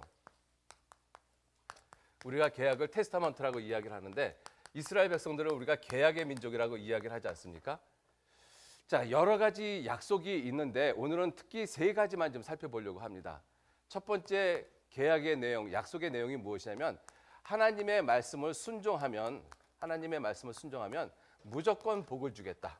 이유가 없이 무조건 복 주겠다. 두 번째, 하나님의 말씀을 불순종하면 이유가 없이 무조건 저주하겠다. 그리고 이 저주의 내용은 좀 더 구체적입니다. 땅을 황무지가 되게 하고, 그 다음에 이스라엘 민족을 전 세계에 흩어버리겠다. 그리고 가는 곳곳마다 죽음을 당하게 하겠다. 좀 더 구체적인 모습으로 저주의 내용은 기록되어져 있습니다. 그리고 세 번째, 하나님이 계획하신 역사의 마지막 때가 되면, 성경은 하나님이 보시는 인류의 역사라고 말씀하셨잖아요. 이스라엘 백성들을 반드시 회복시키겠다. 그래서 이스라엘 민족이 회복되어지는 것을 보면 하나님이 계획하신 역사의 마지막 때라는 것을 분명히 알 수가 있습니다. 그래서 이스라엘 민족을 God's time peace, 하나님의 시간대라고 이야기를 하고 있습니다. 자, 이와 같은 세 가지 분명한 원칙을 가지고, 그 중에서도 특별히 순종하면 복을 주고 불순종하면 저주하겠다. 이 분명한 원칙을 가지고 이스라엘 민족을 이끌어 가셔요. 그냥 생각나는 대로 이끌어 가시는 것이 아니라.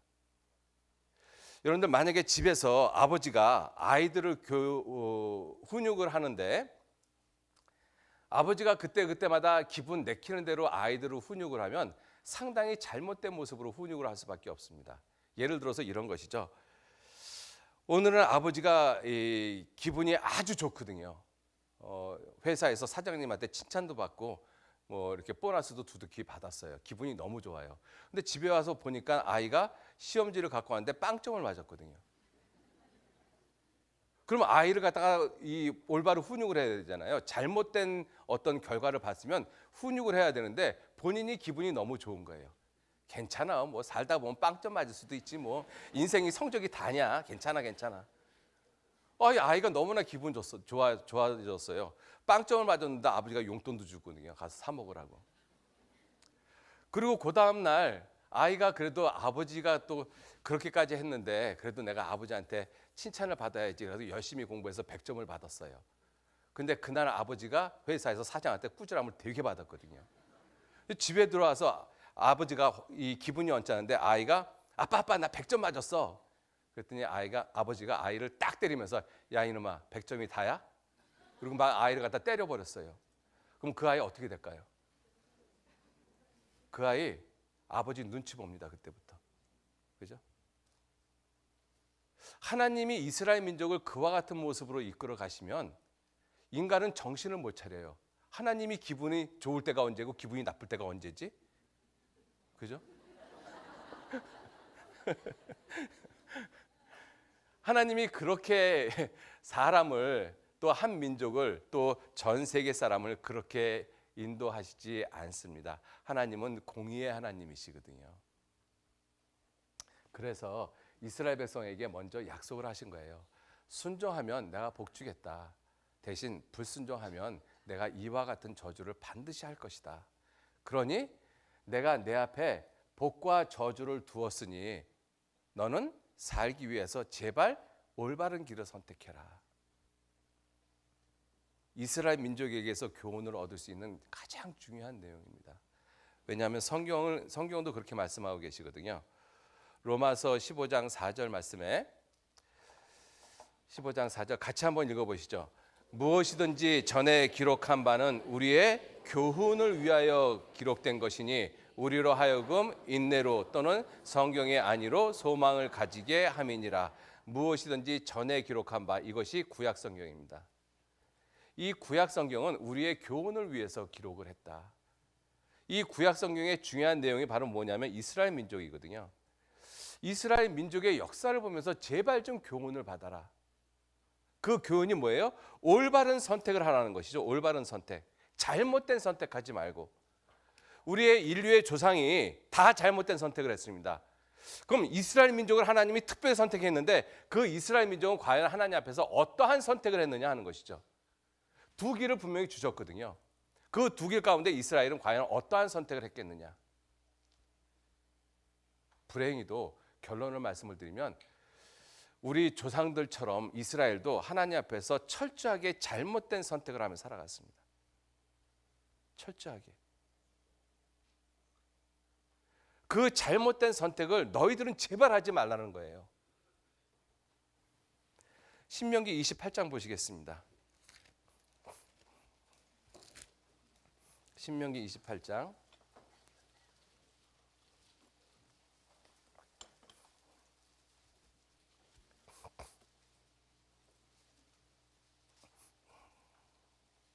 28장 1절 말씀.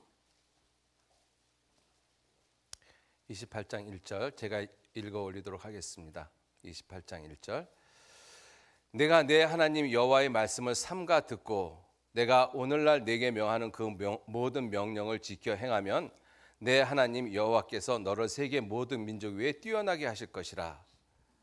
내가 내 하나님 여호와의 말씀을 순종하면 이 모든 복이 내게 임하며 내게 미치리니 성읍에서도 복을 받고 들에서도 복을 받을 것이며 내 몸의 소생과 내 토지의 소산과 내 짐승의 새끼와 우양의 새끼가 복을 받을 것이며 내 광주리와 떡반죽 그릇이 복을 받을 것이며 6절은 기분 좋은 말이니까 같이 읽어보시죠.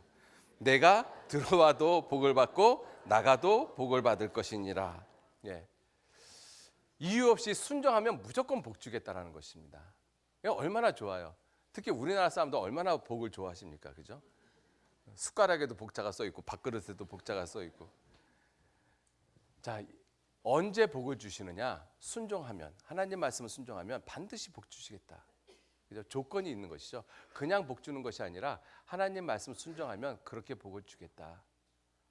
자, 그런데 이 복에 대한 말씀은 14절 말씀으로 간단하게 끝을 내시고 있습니다. 그리고 신명기 28장이 68절 말씀까지 되어져 있는데 15절서부터 68절 말씀까지는 들으면 기분이 나쁜 저주에 대한 말씀이에요. 우리가 생각을 해보면 들으면 기분 좋은 말을 많이 하지 왜 들으면 기분 나쁜 말을 갖다가 더 많이 하겠습니까? 어머니가 이 사랑하는 자녀에게 집에 위험한 물건이 있어요. 그것을 아이가 먹거나 만지면 아이에게 큰 해가 되는 그러한 물건이 집에 있습니다. 그럴 수밖에 없는 그 상황이 존재했다라고 하면 어머니는 그 아이한테 어떤 것에 대해서 많이 말을 할까요? 집에 아이가 좋아하는 모든 과자 뭐 이런 것들이 많은데 그런 것들에 대해서 아이한테 많은 이야기를 하겠습니까? 아니면 아이가 만지거나 먹으면 큰일이 나는 그것에 대해서 많은 말을 하겠습니까? 그죠? 그렇게 그 이 위험한 물건에 대해서 자주 반복적으로 잔소리처럼 말하는 이유는 아이가 미워서가 아니죠. 사랑하기 때문에 그렇습니다. 하나님도 똑같은 그 마음을 가지시고 이 저주에 대한 말을 들으면 기분이 별로 좋지 않은 그 말씀을 훨씬 더 많이 하셨어요. 하나님의 사랑입니다. 성경은 조금만 자세히 읽어보면 곳곳에 하나님의 사랑이 묻어져 있어요. 15절 내가 만일 내 하나님 여호와의 말씀을 순종하지 아니하여 내가 오늘날 내게 명하는 그 모든 명령과 규례를 지켜 행하지 아니하면 이 모든 저주가 내게 임하고 내게 미칠 것이니 내가 성읍에서도 저주를 받으며 들에서도 저주를 받을 것이요 또 내 광주리와 떡반죽 그릇이 저주를 받을 것이요 내 몸의 소생과 내 토지의 소산과 내 우양의 새끼가 저주를 받을 것이며 내가 들어와도 저주를 받고 나가도 저주를 받으리라. 복을 주시겠다는 말씀하고 딱 반대되는 말씀이죠. 자, 그 내용을 좀 자세히 보시면 불순종했을 때 하나님이 이렇게 치신다라고 말씀하셨습니다. 27절 여호와께서 애굽의 종기와 치질과 괴혈병과 개창으로 너를 치시리니 내가 치료함을 얻지 못할 것이며 여호와께서 또 너를 미침과 눈멍과 경심증으로 치시리니 소경이 어두운 데서 더듬는 것과 같이 네가 백주에도 더듬고 내 길이 형통치 못하여 항상 압제와 노략을 당할 뿐이니 너를 구원할 자가 없을 것이며 32절 내 자녀를 다른 민족에게 빼앗기고 종일 생각하고 알아봄으로 눈이 쇠하여지나 내 손에 능이 없을 것이며 34절 이러므로 내 눈에 보이는 일로 인하여 내가 미치리라. 이 상태가 되면 진짜 미치죠. 그죠? 자식을 빼앗겼는데 내 눈앞에서. 이게 저주에 대한 내용입니다. 자, 그리고 아주 유명한 저주에 대한 말씀이 49절 말씀서부터 보시죠. 49절.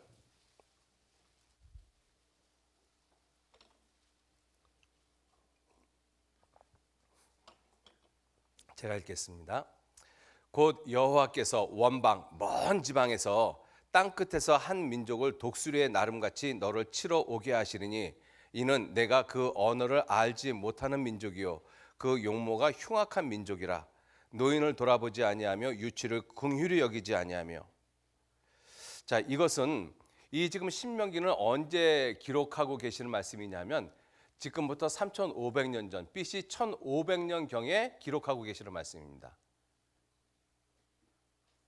자, 근데 지금 49절에 있는 이 말씀이 지금 예언의 말씀이거든요. 불순종에 대한 말씀을 하시면서 예언을 하고 계시는 거예요. 네가 만약 계속 하나님의 말씀에 불순종을 하면 언젠가는 먼 나라에서 용모가 흉악한 민족, 노인과 유치를 긍휼히 보지 않는 그 민족이 너를 칠 것이다. 그리고 너를 아주 잔인하게 학살할 것이다. 그것을 미리 예언하고 있는 것입니다.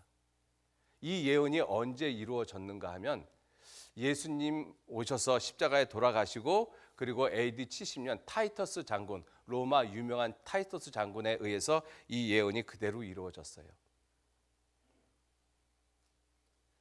그럼 여기서 하나 생각해 볼 것은 우리가 얼핏 생각해 보면 왜 성경은 이와 같은 예언을 왜 기록을 해놨을까? 어떤 분들은 그렇게 생각하십니다. 아니 하나님이 저렇게 미리 다 정해놓고 그리고 인간을 갖다가 다스려 가시니 인간이 무슨 자유의지가 있어? 로봇이고 하나님이 원하시는 대로 다 하는데. 그래서 하나님에 대해서 이유 없이 원망하고 그러시는 분들이 꽤 많이 계십니다. 근데 여러분들 왜 이렇게 예언을 했는지 한번 생각해 보세요. 이 예언의 말씀도 이게 사랑 때문에 그렇습니다. 사랑. 하나님의 사랑이 아니면 이렇게 미리 예언하지 않아요. 자, 보세요. 어머니가 외출을 하시면서 아침에 아이를 위해서 아주 맛있는 음식을 준비를 다 해놨어요. 그리고 아침에 그 배가 부른 아이한테 얘야, 오늘 엄마가 좀 늦을 것 같다. 그런데 너 이따 저녁 때 되면 너 배가 고플 거야. 배가 고프면 엄마가 만들어 놓은 이 맛있는 음식을 엄마가 냉장고 여기 이렇게 둘 테니까 그때 꼭 찾아서 꼭 먹어라. 이렇게 아이한테 이야기를 했어요. 예언이잖아요. 미리 만들어 놓고 그리고 아이한테 미리 말하고 있잖아요. 그죠? 왜 그렇게 이야기를 해요? 내 아이를 사랑하니까. 이 아이가 지금은 배가 부르지만 이따 저녁 때가 되면 배가 고플 것을 어머니는 알아요, 몰라요? 아시죠. 미리 그것을 미리 아시는 거잖아요. 그것을 신학적인 용어로 이야기를 하면 예지라는 것입니다. 미리 아는 거잖아요. 아이가 배고플 것을 엄마가 미리 정한 것이 아니라 아이가 그렇게 되면 지금은 네가 배가 부르지만 넌 시간이 지나면 배가 고플 거야. 엄마는 그걸 알잖아요. 그래서 미리 엄마가 모든 것을 다 준비해 놓고 그리고 지금 여기서 이것을 말하고 있잖아요. 그때 가면 네가 배가 고플 때가 되면 그것을 갖다 찾아 먹어라. 그런데 이 어리석은 아이의 입장에서는 지금 자기 배가 부르거든요. 그러니까 엄마가 이야기를 해도 신경 안 써요. 알았어. 가, 빨리 가. 그런데 저녁 때가 됐어요. 엄마는 안 계시고 배가 쪼르르 고파요. 그럼 어떻게 해요? 엄마가 미리 말씀하신 예정하신 그 말씀대로 가서 찾아서 먹으면 되잖아요. 그게 사랑이잖아요. 그죠? 성경에 왜 많은 말씀을 예언을 하고 계셨느냐?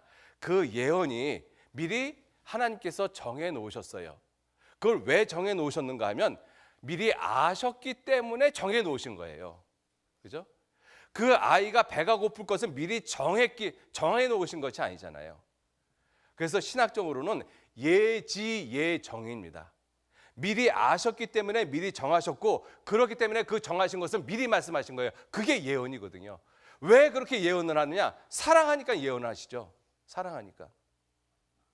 여기서도 이 끔찍한 예언을 왜 하고 계십니까? 너희가 하나님의 말씀을 불순종하면 이와 같이 용모가 흉악한 민족이 반드시 너희를 치러 올 것이다. 그러니까 그렇게 되지 않도록 미리 올바른 선택해라. 그래서 미리 예언하고 계신 것이잖아요. 그게 잘못됐습니까? 그 사랑이? 우리가 하나님에 대해서 그냥 스쳐 지나가는 말 몇 마디를 가지고 하나님에 대해서 오해하는 부분이 너무나 많습니다. 조금만 생각해 보면 모든 것이 다 사랑의 모습이에요. 자, 계속 읽겠습니다. 52절. 그들이 전국에서 내 모든 성읍을 에워싸고 내가 의뢰하는 바 높고 견고한 성벽을 다 헐며 내 하나님 여호와께서 내게 주시는 땅의 모든 성읍에서 너를 에워싸리니 내가 대적에게 에워싸이고 맹렬히 쳐서 곤란케 함을 당함으로 내 하나님 여호와께서 내게 주신 자녀 곧 내 몸의 소생의 고기를 먹을 것이라. 자식을 잡아먹는다는 뜻입니다. 이 끔찍한 저주의 내용이잖아요. 실제로 이스라엘 민족의 역사 가운데 자기 자식을 잡아먹은 역사가 3번이 있어요. 여러분들, 우리나라 역사를 보면 우리나라도 이스라엘 민족처럼 외세의 침입이 굉장히 많았던 나라입니다. 우리나라도 한 700회 정도 외세의 침입을 받았다고 하지 않습니까? 그런데 그렇게 많은 외세의 침입 가운데서도 자식을 잡아먹었다는 얘기는 우리 민족 가운데 없어요. 그런데 이스라엘 민족에는 자식을 잡아먹는 그 예가 3번이나 나옵니다. 하나님의 저주이기 때문에 그래요. 54절. 너희 중에 유순하고 연약한 남자 그 형제와 남자라도 그 형제와 그 품의 아내와 그 남은 자녀를 질시하여 자기의 먹는 그 자녀 자식의 고기를 그중 누구에게든지 주지 아니하리니 이는 내 대적이 내 모든 성읍을 에워싸고 너를 맹렬히 쳐서 곤란케 함으로 아무것도 그에게 남음이 없는 연고일 것이며 또 너희 중에 유순하고 연약한 부녀 곧 유순하고 연약하여 그 발바닥으로 땅을 밟아보지도 아니하던 자라도 그 품의 남편과 그 자녀를 질시하여 그 다리 사이에서 나온 태와 자기의 낳은 어린 자식을 가만히 먹으리니 이는 내 대적이 내 생명을 에워싸고 맹렬히 쳐서 곤란케 함으로 아무것도 얻지 못합니다. 그죠? 이 끔찍한 저주가 있지 않습니까? 레위기 26장 33절 말씀에는 그 저주의 내용을 좀 더 구체적으로 말씀을 하고 계시죠. 내가 너희를 열방 중에 흩을 것이요 내가 칼을 빼어 너희를 따르게 하리니 너희 땅이 황무하며 너희 성읍이 황폐하리라. 여러분들, 이스라엘 민족에게만 쓰는 특별한 단어들이 있습니다. 다른 민족은 그 단어를 쓸 수가 없어요.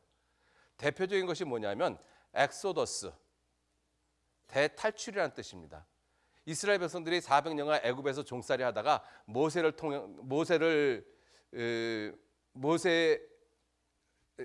통해서 이스라엘 백성들이 그 애굽 땅을 갖다가 탈출하거든요. 그것이 대탈출 엑소더스입니다. 이러한 단어는 다른 민족은 쓸래야 쓸 수가 없어요. 왜? 역사 가운데 그런 것이 없었거든요.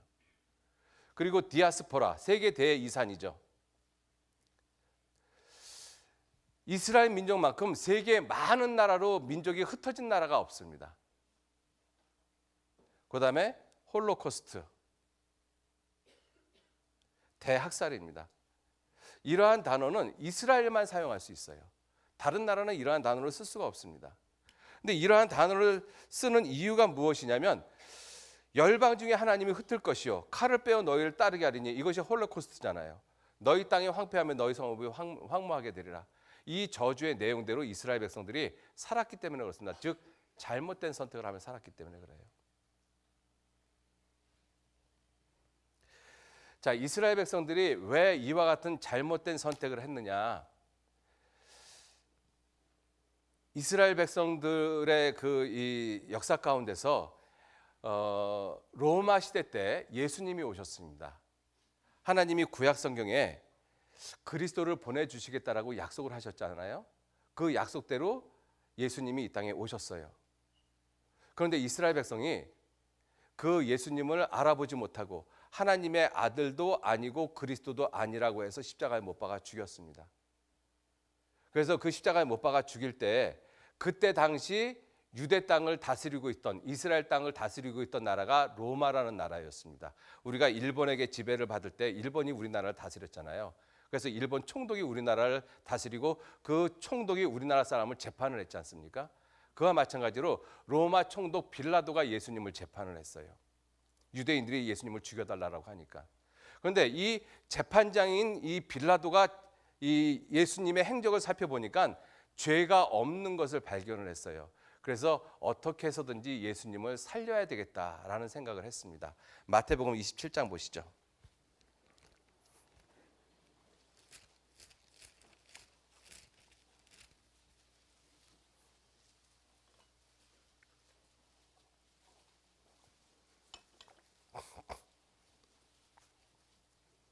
마태복음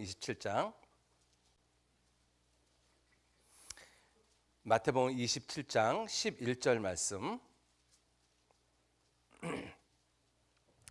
예수께서 총독 앞에 섰음에, 이 총독이 빌라도입니다. 당시의 재판관이죠. 총독이 물어가로되 내가 유대인의 왕이냐? 예수께서 대답하시되 내 말이 옳도다 하시고 대제사장들과 장로들에게 고소를 당하되 아무 대답도 아니하시는지라.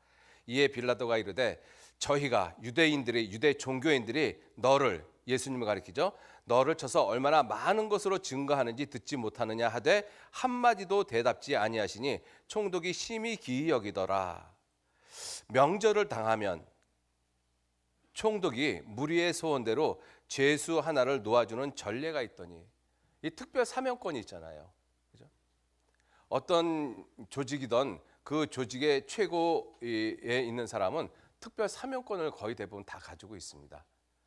사랑과 공의를 표현하기 위해서 그런 것이죠.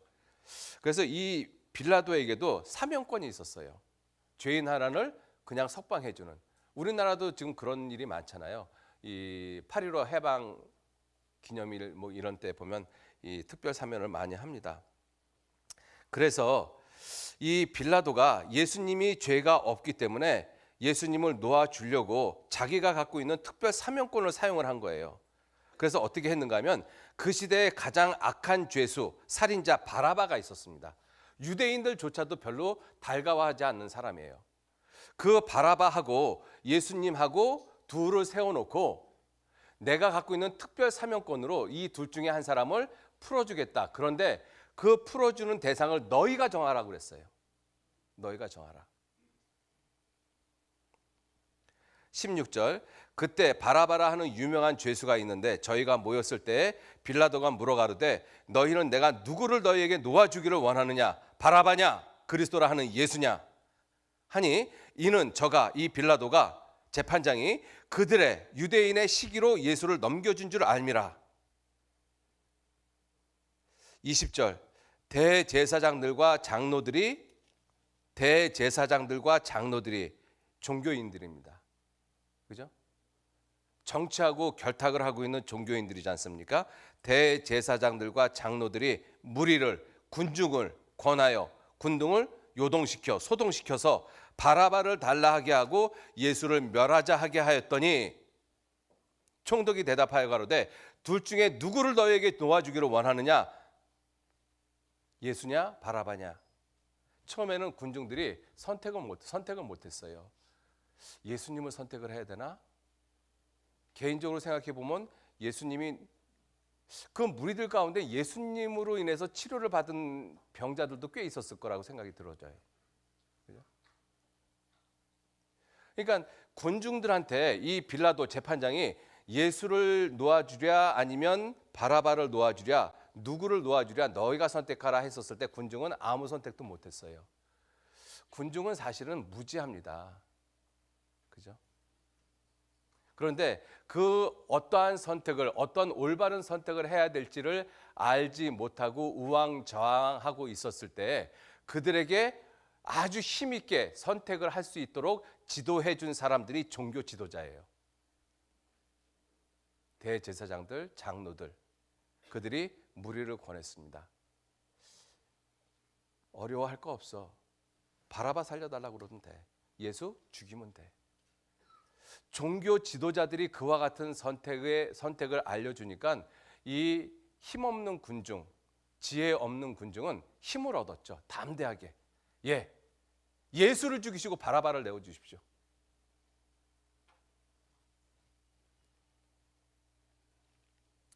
(21절) 다시 읽겠습니다. 총독이 대답하여 가로되 둘 중에 누구를 너에게 놓아주기를 원하느냐? 가로되 바라바로소이다. 빌라도가 깜짝 놀랐어요. (22절) 빌라도가 가로되 그러면 그리스도라 하는 예수를 내가 어떻게 하랴? 야, 이 그리스도, 너희가 죽여달라고 하는 이 그리스도, 이는 죄가 없잖아. 내가 그럼 어떻게 해야 돼? 재판장이 어리석게도 군중들한테 물어보고 있잖아요. 이 최고의 재판장인 빌라도조차도 뭘 선택해야 될지 모르겠는 거예요. 그랬더니 군중이 모두가 다 대답하기를 저희가 다 가로되 십자가에 못 박혀야 하겠나이다. 빌라도가 더 놀랐습니다. 왜? 뭐 때문에? 왜 죽이라고 하는데?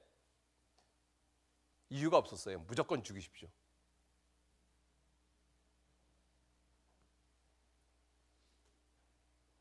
(23절) 다시 읽겠습니다. 빌라도가 가로되 어찌 미뇨? 무슨 악한 일을 하였느냐? 저희가 더욱 소리질러 가로되 십자가에 못 박혀야 하겠나이다 하는지라. 빌라도가 아무 효험도 없이 도리어 밀란 대모가 나려는 것을 보고 물을 가져다가 무리 앞에서 손을 씻으며 가로되 이 사람의 피에 대하여 나는 무죄하니 너희가 당하라. 너희가 당하라. 25절 말씀 같이 읽겠습니다. 백성이 다 대답하여 가로되 그 피를 우리와 우리 자손들에게 돌릴지어다. 굉장히 담대하죠. 보통 어떤 저주에 대한 것을 우리가 이야기를 했었을 때, 그 저주 내가 받죠. 내 자식한테까지 돌리십시오. 그렇게 이야기하는 사람도 거의 없습니다. 근데 이때 이 유대인들은 그 예수를 죽이는 핏값을 나도 당하게 하고 내 자식들도 대대에 갚아주십시오. 아주 악하게 선택을 했죠. 여러분들, 이것이 이스라엘 백성들이 최종적으로 잘못된 선택을 한 거예요. 이 빌라도가 예수님을 세워놓고 바라바를 세워놓고 누구를 놓아줄 줄을 너희가 선택해라 이렇게 얘기를 했잖아요. 그죠? 빌라도의 말 같습니까? 하나님 말 같습니까? 하나님의 말이죠. 하나님이 그 순간 이스라엘 모든 민족에게 내가 내 앞에 생명과 사망과 복과 저주 예수와 바라바를 세웠으니 너희는 살기 위해서 제발 옳은 길 택하라. 생명의 주를 택하라 그랬어요. 이스라엘 백성들은 아니요. 예수를 죽이십시오. 가장 잘못된 선택을 했죠. 그 결과가 1900년 동안 이스라엘 민족의 역사인 것입니다. 끔찍한 시간을 보냈어요. 여러분들 1900년의 이스라엘 민족의 역사를 보면은요, 이방인이라 할지라도 속에서 어떤 울분 같은 것이 올라옵니다. 어떻게 사람을 저렇게까지 죽일 수가 있을까? 저는 개인적으로 이스라엘 민족을 이렇게 조금 공부를 해보면서 이스라엘 민족이 참 악하다, 하나님 앞에. 나 같아도 이스라엘 민족 좀 죽이고 싶은 마음이 들 때가 있어요. 너무나 얄미울 때가 있거든요. 그런데 그러한 이스라엘 민족이 1900년 동안 환난당한 모습을 보면 그렇게 이스라엘 민족을 죽인 이방인들이 해도 너무한다는 생각이 들어요.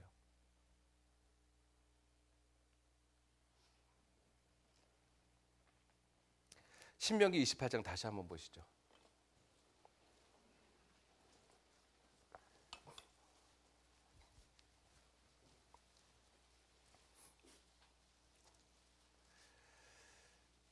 자, 그래서 신명기 28장 49절서부터 이 57절 있는 이 말씀은 AD 70년 예수님을 십자가에 못 박혀 죽게 하고 난 다음에 AD 70년에 타이터스 장군이 쳐들어와서 이스라엘 백성들을 갖다가 아주 잔인하게 죽였습니다.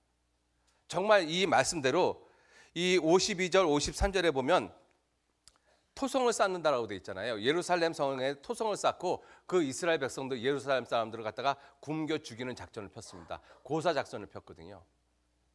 마침 예루살렘 성에 유대인들이 명절을 지키기 위해서 성 안으로 약 120만 명의 사람들이 들어가 있었습니다.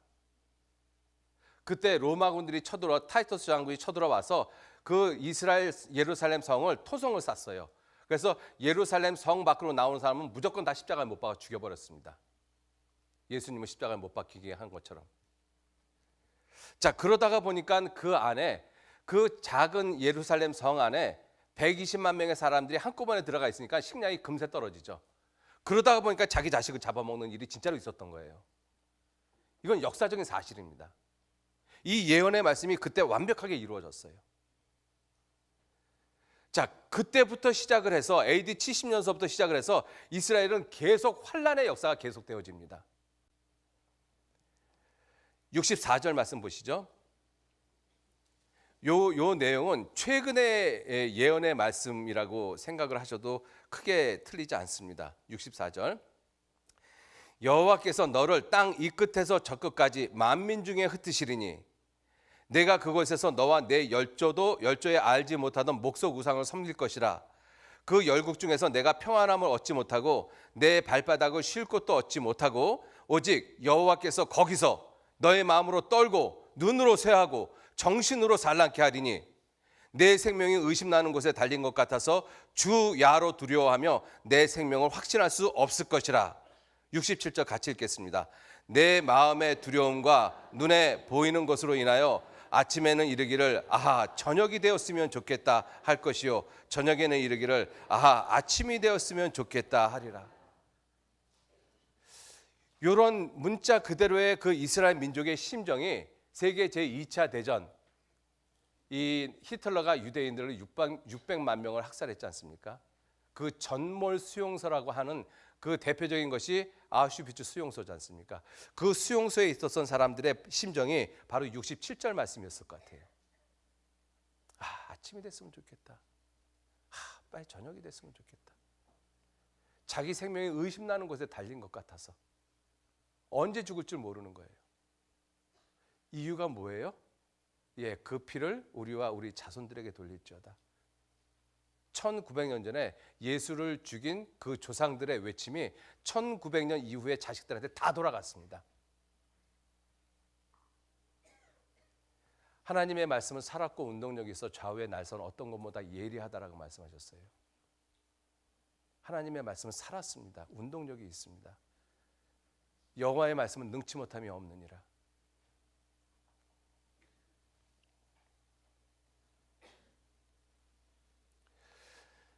자, 여기 보시죠.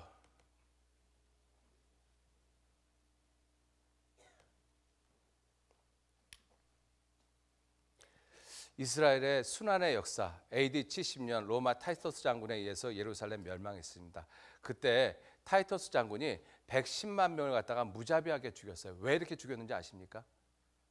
로마 군인들이 예루살렘 성에 들어가 보니까 부모가 자기 자식을 잡아먹는 모습을 본 거예요. 로마 군인들은 세계에서 잔인하기로 명성이 자자한 군인들입니다. 그 잔인한 군인들이 보기에도 부모가 자식을 잡아먹는 모습이 너무나 끔찍했던 것입니다. 그것을 타이터스 장군한테 보고를 했어요. 타이터스 장군이 그 보고를 듣고 자기가 믿지 않는 유대인의 하나님을 향해서 맹세합니다. 하나님, 이 자기 자식을 잡아먹는 이 민족을 내가 살려둔다라면 하나님이 내게 벌 위에 벌을 내리십시오. 그래서 무자비하게 죽여버렸어요. 자식들까지. 110만 명을 죽여버렸습니다. AD 135년 하이디라는 황제는 985개 도시를 파괴하고 58만 명을 학살하고 완전히 이산시켜버렸어요. 디아스포라죠. 1096년 우리가 잘 아는 십자군 전쟁입니다. 200년 동안 십자군 전쟁. 십자군이 가는 곳곳마다 유대인 악마의 자식이라고 해서 무조건 다 죽여버렸어요. 여러분들 AD 313년이 이 밀란 에딕이라고 하는 밀라노 칙령이 있었던 해거든요. 그 밀라노 칙령에 의해서 캐톨릭이 생겨나기 시작합니다. 로만 캐톨릭이. 근데 그 밀라노 칙령의 내용을 살펴보면 어떤 내용이 있는가 하면 누구든지 이 사회에서 유대인을 죽여도 살인죄에 해당하지 않는다는 항목이 있어요. 놀랍지 않습니까? 여러분들 만약에 안양시장이 법을 하나 만들었어요. 이 안양시내에 대한예수교 침례에 다니는 사람 누구든지 죽여도 살인죄에 해당하지 않는다. 그런데 떳떳하게 다닐 수 있을 것 같습니까? 힘있게 다닐 수 있으셔요? 못 다니죠. 유대인들이 그렇게 살았어요. 14세기 중엽이죠. 1348년서부터 50년 유럽에 흑사병이 발병을 했는데 유대인들이 우물에 독약을 넣었다는 혐의로 무조건 죽였습니다. 이유가 없었어요. 유대인이기 때문에 죽었습니다. 39년서부터 45년 2차 세계대전 중 600만 명의 유대인들이 그냥 죽었어요. 단지 유대인이라는 이유만으로. 왜요? 그 피를 우리와 우리 자손들에게 돌릴지어다. 남자고 여자고 다 발가벗겨 죽였습니다. 남자고 여자고. 이유가 없었어요. 그죠? 자, 이와 같은 모습으로 죽였습니다. 그리고 유대인들에게서 빼앗은 것들이에요. 전부 다. 이 많은 안경들. 실제로 이 미국의 수도 워싱턴에 가면 홀로코스트 뮤지엄이 있습니다. 거기 가면 이 유대인들의 학살 기념 박물관이 있는데 그 유대인들에게서 빼앗은 것들을 많이 전시해 놨어요. 제가 그 중에서 그거 보고 인상 깊었던 거 하나가 무엇이냐면 의수의족입니다. 팔이 없는 사람이 의수의족을 달고 다니잖아요. 그거를 빼앗아 갖고 싸놨어요. 그게 한두 개가 아니에요. 이스라엘 여인들로부터 삭발해낸 머리털들 방수제로 썼습니다. 금반지, 금리빨, 신발 모든 걸 다 빼앗아 버렸어요.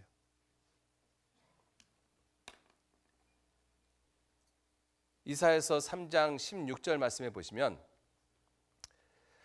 여호와께서 또 말씀하시되 시온의 딸들이 이스라엘 민족을 가리키죠.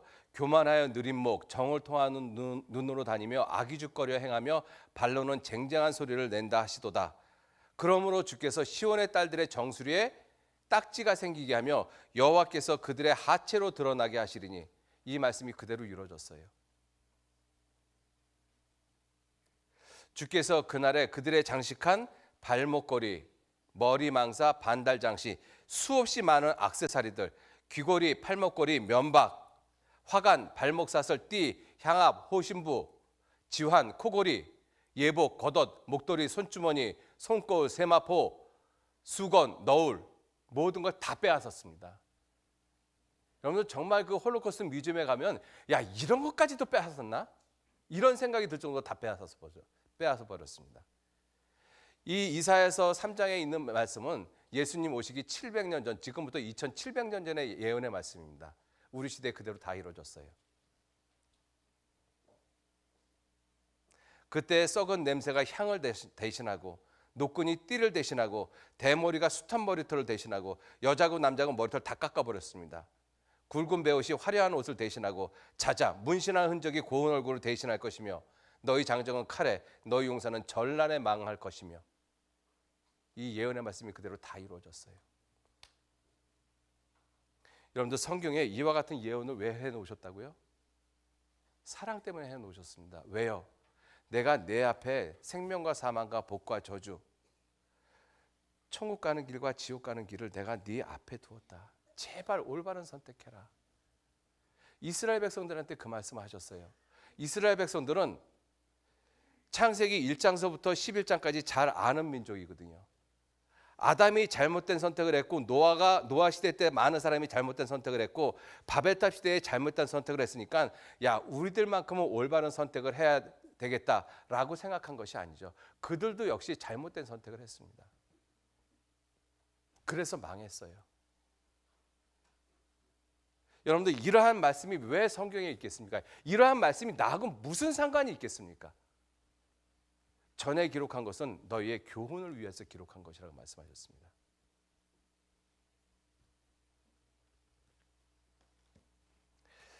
자, 이스라엘 환란의 역사를 잠깐 좀 보시죠.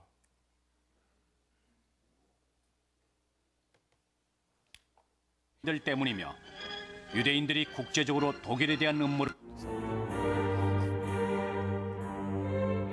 나치는 유대인에 대한 편견을 공공연하게 드러냈다. 그들은 1차 대전의 패배가 유대인들 때문이며 유대인들이 국제적으로 독일에 대한 음모를 꾸미고 있다고 주장했다. 나치의 망상은 끝이 없었다. 지난번 전쟁이 끝난 후 유대인들이 유럽의 도시로 몰려들었습니다.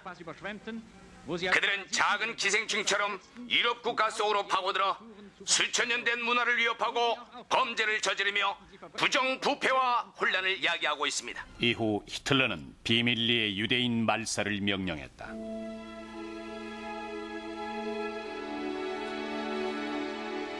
(1942년 1월) 로즈 게토에서 이송될 유대인들이 처음으로 선정됐다.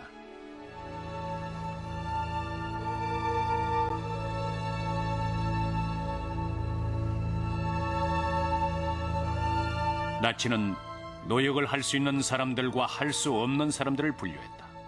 일단 나치는 사람들을 남자들과 여자들, 아이들로 나누었다. 그리고 그 중에서 바로 처형할 사람들을 골라냈다. 헝가리에서 열차가 도착할 때마다 그 열차에 타고 있던 유대인 75%가 가스실로 직행했다.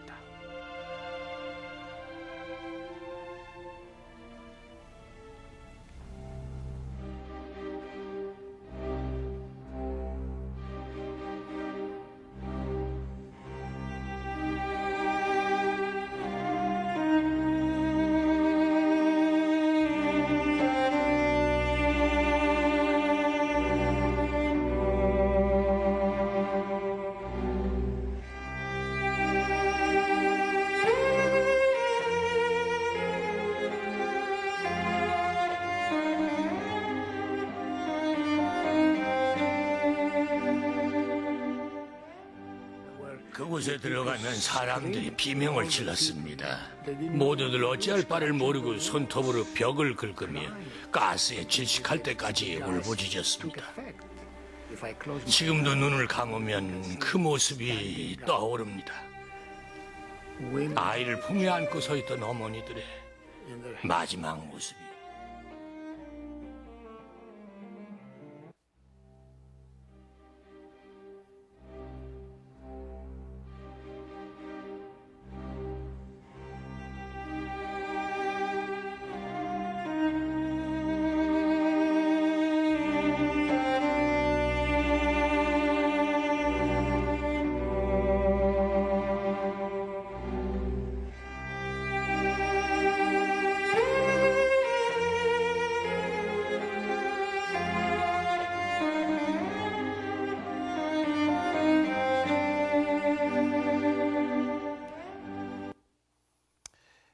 이 사람들이 왜 이렇게 죽어야 되는지, 이스라엘 민족의 역사를 이렇게들 이스라엘 사람들은 표현을 했습니다. 여기 보시면 어머니가 죽은 아이를 가슴에 품고, 이렇게 죽은 아이를 가슴에 품고 입을 크게 벌려서 하늘을 향해서 절규하고 있는 모습이거든요. 이것이 이스라엘 민족의 역사를 아주 쉽게 표현한 것입니다. 절규죠, 절규. 1900년 동안의 절규입니다. 왜 이스라엘 백성들이 이와 같이 끔찍한 환난을 당할까? 1900년 동안. 이유는 단 한 가지입니다. 마태복음 27장 25절. 여기 보시면 제가 할게요.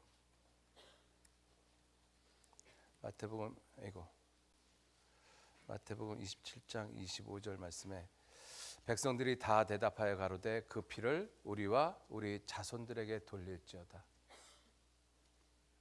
1900년 동안 돌아갔습니다. 1900년 동안.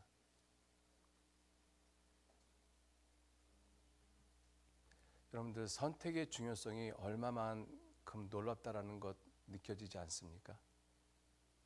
우리 조상 아담이 잘못된 선택을 했고, 노아 홍수 시대의 사람들이, 그 많은 사람들이 잘못된 선택을 했습니다. 바벨탑 시대 때 언어가 하나였어요. 그 시대의 사람들이 잘못된 선택을 했고, 이스라엘 민족이 철저하게 잘못된 선택을 했습니다. 그 내용이 성경에 기록되어 있고 그 성경을 우리가 배우고 있어요. 하나님은 우리에게 말씀하시기를 내가 내 앞에 생명과 사망과 복과 저주를 내 앞에 두었은즉 너와 내 자손은 살기 위해서 이스라엘 백성들처럼 잘못된 선택하지 마라. 우리에게 말씀하고 계십니다. 여러분들, 이러한 이스라엘 민족의 역사를 우리가 배우는 이유는 전에 기록한 모든 것은 우리의 교훈을 위해서 기록합니다라고 말씀하셨잖아요. 이스라엘 민족의 역사를 보면서 우리가 교훈받을 것이 정말로 있어요. 무엇이냐면 하나님은 이스라엘 민족을 저주하셨잖아요. 불순종하면 저주하시겠다라고 이 조건이 있지 않습니까? 이 저주가 있기 때문에 하나님은 이스라엘 민족에게 끊임없이 경고하셔요. 만약에 저주가 없으면 경고하지 않습니다. 그런데 이스라엘 백성들은 이 경고를 계속 무시하죠. 그리고 결국은 그 무시한 것 때문에 어떻게 됐어요? 이와 같이 비참한 모습으로 멸망당했습니다. 자, 그리고 멸망당한 그 중에서 뭐가 있었는가 하면 깨달음이 있었어요. 무슨 깨달음? 그렇게 하나님이 멸망시키겠다라고 하신 그 말씀이 헛된 것이 아니고 사실이었구나. 그걸 깨달았어요.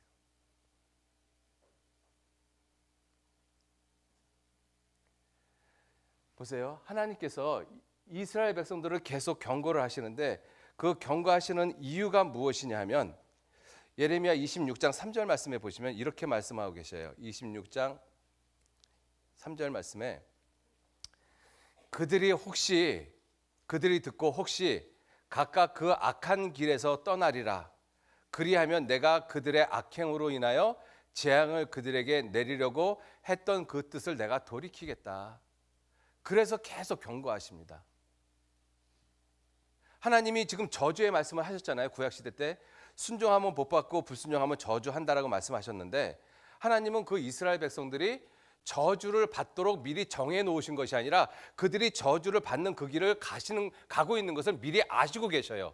그래서 미리 예언의 말씀을 하고 계신 거잖아요. 그래서 계속 경고하십니다. 계속 경고하셔요. 왜? 그들이 혹시 듣고 그 악한 길에서 악한 생각에서 그들이 혹시 떠날지 어떻게 아느냐. 그 하나님 몰라서 이렇게 표현하시겠어요? 제발 좀 그렇게라도 떠나라고 말씀하시는 거잖아요. 그렇게 그들이 만약에 떠나면 내가 그들을 비록 저주하겠다라고 이야기를 해도 내가 그 재앙을 갖다가 돌이키겠다. 그래서 계속 경고하시는 것입니다. 그래서 이 경고의 내용이 무시무시하게 무서워요. 경고의 내용이. 여러분들 보세요. 하나님이 이스라엘 백성들을 경고하는 내용이 무엇이냐면 스바냐서 1장 2절 3절 보시면 여호와께서 가라사대 내가 지면에서 모든 것을 진멸하리라. 내가 사람과 짐승을 진멸하고 공중의 새와 바다의 고기와 거치게 하는 것과 악인들을 아울러 진멸할 것이라. 내가 사람을 지면에서 멸절하리라. 내가 사람을 지면에서 멸절하리라. 무섭지 않습니까? 6절 말씀에 이렇게 말씀하고 계시잖아요. 여호와를 배반하고 좇지 아니한 자와 여호와를 찾지도 아니하며 구하지도 아니한 자를 내가 멸절하겠다. 왜 이렇게 무섭게 말씀하실까요? 그들이 혹시 듣고 그 마음을 좀 돌이키지 않겠는가? 사랑이지 않습니까? 부모가 자식을 교훈하는데 너 이렇게 말 안 듣으면 이렇게 할 거야. 어머니 아버지가 이야기하잖아요. 그 자식 미워서 그렇게 하시는 부모가 어디 있습니까? 다 자식을 사랑하니까 그렇게 이야기를 하죠. 하나님도 마찬가지시죠.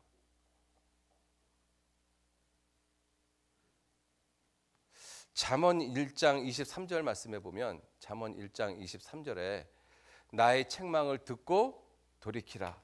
보라 내가 나의 신을 너희에게 부어주며 나의 말을 너희에게 보이리라. 내가 부를지라도 너희가 듣기 싫어하였고 내가 손을 펼지라도 돌아보는 자가 없었고 도리어 나의 모든 교훈을 멸시하며 나의 책망을 받지 아니하였은즉 너희가 재앙을 만날 때에 내가 웃을 것이며 너희에게 두려움이 임할 때에 내가 비웃으리라. 너희의 두려움이 광풍같이 임하겠고 너희의 재앙이 폭풍같이 이르겠고 너희에게 근심과 슬픔이 임하리니 그때 너희가 나를 부르리라. 그래도 내가 대답지 아니하겠고 부지런히 나를 찾으리라. 그래도 만나지 못하리라. 하나님 계속 경고하고 계시거든요. 여러분들 지금 이 시간에도 하나님이 지금 여러분들에게 경고하고 계십니다. 우리 모두에게 경고하고 계셔요. 제발 옳은 선택하라고 경고하고 계십니다. 그래서 우리가 성경을 배우지 않습니까? 그런데 그러한 경고를 받은 이스라엘 민족의 태도가 어떤 모습이냐? 예레미야 한번 보시죠. 예레미야 5장.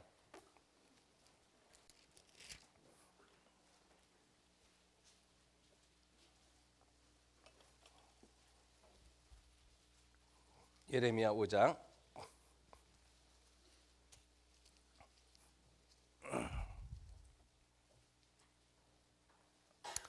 예레미야 5장 12절 말씀 보시겠습니다. 예레미야 5장 12절. 그들이 여호와를 인정치 아니하며 말하기를 여호와는 계신 것이 아닌즉 재앙이 우리에게 임하지 않을 것이요 우리가 칼과 기근을 보지 아니할 것이며 선지자들은 재앙이 있다라고 말을 하고 있는 하나님의 사람 그 선지자들은 바람 허풍쟁이라 말씀이 그 재앙의 말씀이 그들의 속에 진리의 말씀이 그들의 속에 있지 아니한즉 그같이 그들이 허풍을 떠는 그 말대로 그들이 당할 것이라. 이 표현이 굉장히 놀랍지 않습니까? 여호와는 계신 것이 아니다. 여러분들 다른 민족은 몰라도 이스라엘 민족은 여호와가 누군지를 역사 가운데 분명히 알고 있거든요. 400년간 종살이 했던 곳에서 모세를 통해서 이스라엘 백성들을 건져낸 하나님, 그들의 모든 민족의 역사를 하나님께서 친히 다스리고 인도해 오셨습니다. 그런데 이제 와서 여호와는 계신 것이 아니다. 여러분들 자식을 키우다 보면 정말 악한 자식이 있거든요. 부모에게 욕하고 부모를 때리는 자식보다 더 악한 자식이 있어요. 부모한테 당신이 내 부모야? 당신이 내 엄마야? 이 자식은 진짜 악한 자식입니다. 다른 어떤 자식보다 더 악한 자식이에요. 자기가 그 부모를 통해서 낳고 그 부모가 온갖 고생을 하면서 눈물을 흘리면서 키워놨는데 기껏 하는 얘기가 당신이 내 부모야? 천하의 나쁜 녀석입니다. 이스라엘 민족이 그랬어요. 여러분들 그 이스라엘 민족의 모습이 누구냐면 바로 우리들입니다. 우리들 하나님 없다라고 그러잖아요. 하나님의 모든 것을 다 받고 살아가고 있으면서 하나님 없다, 하나님 죽었다 그러지 않습니까? 시편 4절 말씀에 악인은 그 교만한 얼굴로 말하기를 여호와께서 이를 감찰치 아니하신다 하며 그 모든 사상에 하나님 없다. 여호와는 계신 것이 아니다. 시편 56편 5절 말씀에 저희가 종일 내 말을 곡해하며 내게 대한 저희의 모든 사상은 사악이라. 아주 비틀어져 버렸어요. 하나님에 대한 사상이. 어떻게 해서든지 하나님을 인정하지 않으려고 그래요. 사람은 하나님 만든 것이 아니라 진화됐다. 사람은 사람의 존엄성은 없어. 물질이야. 죽으면 그냥 모든 원소로 돌아가면 그것도 끝이야. 사람은 동물일 뿐이야. 하나님에 대한 모든 사상이 전부 다 트위스팅 돼버렸잖아요. 꼬여져 버렸어요. 진리를 향해서. 어떻게 해서든지 하나님 안 믿고 하나님을 인정 안 하려고 하고 있지 않습니까? 이스라엘 백성이나 우리나 다른 것이 뭐가 있어요?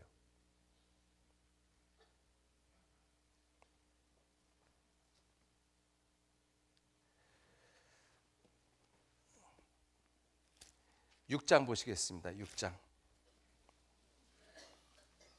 10절 말씀. 6장 10절. 내가 누구에게 말하면 누구에게 경책하여 듣게 할꼬. 보라 그 귀가 할 일을 받지 못하였으므로 듣지 못하는도다. 보라 여호와의 말씀을 그들이 자기에게 욕으로 여기고 이를 즐겨 아니하니. 하나님의 말씀을 욕으로 여겨요. 내가 내 앞에 생명과 사망과 복과 저주를 두었다. 제발 살기 위해서 생명을 택하라. 그 말을 욕으로 여깁니다. 하나님의 은혜와 사랑을 욕으로 여겨요. 부모가 자식을 위해서 사랑하기 때문에 잔소리를 하고 있는데 자식은 그 말을 욕으로 여겨요.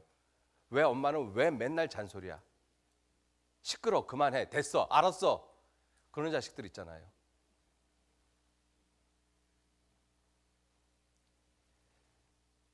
이사야 30장 9절 말씀에 대저 이는 패역한 백성이요 거짓말하는 자식이요 여호와의 법을 듣기 싫어하는 자식이라. 예레미야 9장 6절에는 이렇게 말씀하고 계십니다. 저희의 처소는 괴휼 가운데 있도다. 그들은 괴휼로 인하여 나 하나님 알기를 즐겨하지 않아요. 싫어해요. 하나님 아는 것을.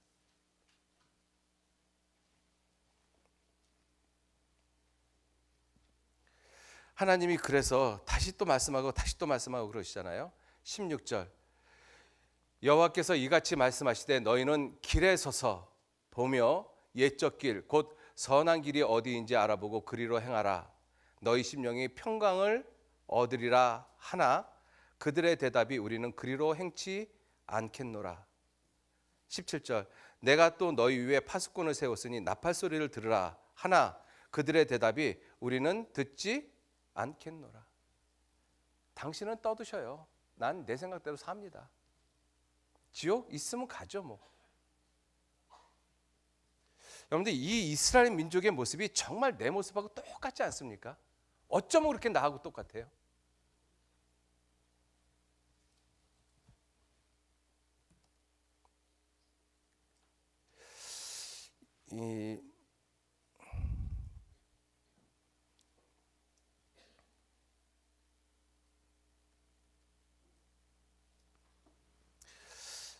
자, 여기 한 곳만 더 보시죠.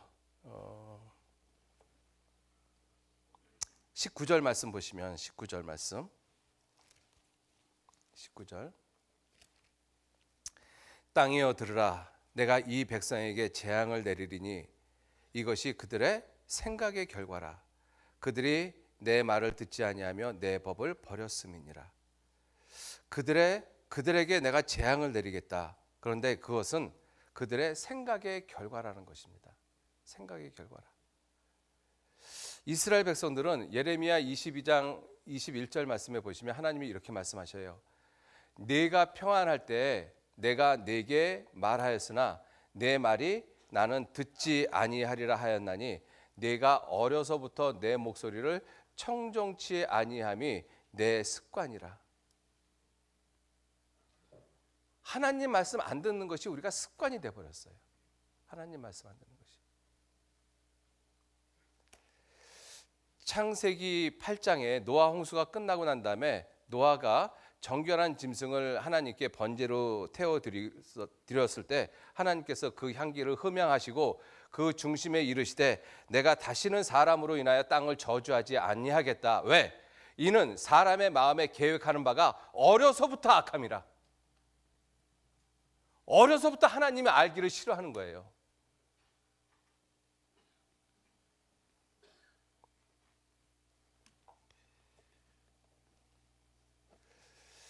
자, 이렇게 이스라엘 백성들은 하나님의 경고를 계속 무시하죠. 계속 무시합니다. 그렇죠? 자, 그 무시한 결과가 무엇이냐면 에스겔서 5장 보시겠습니다. 에스겔서 5장.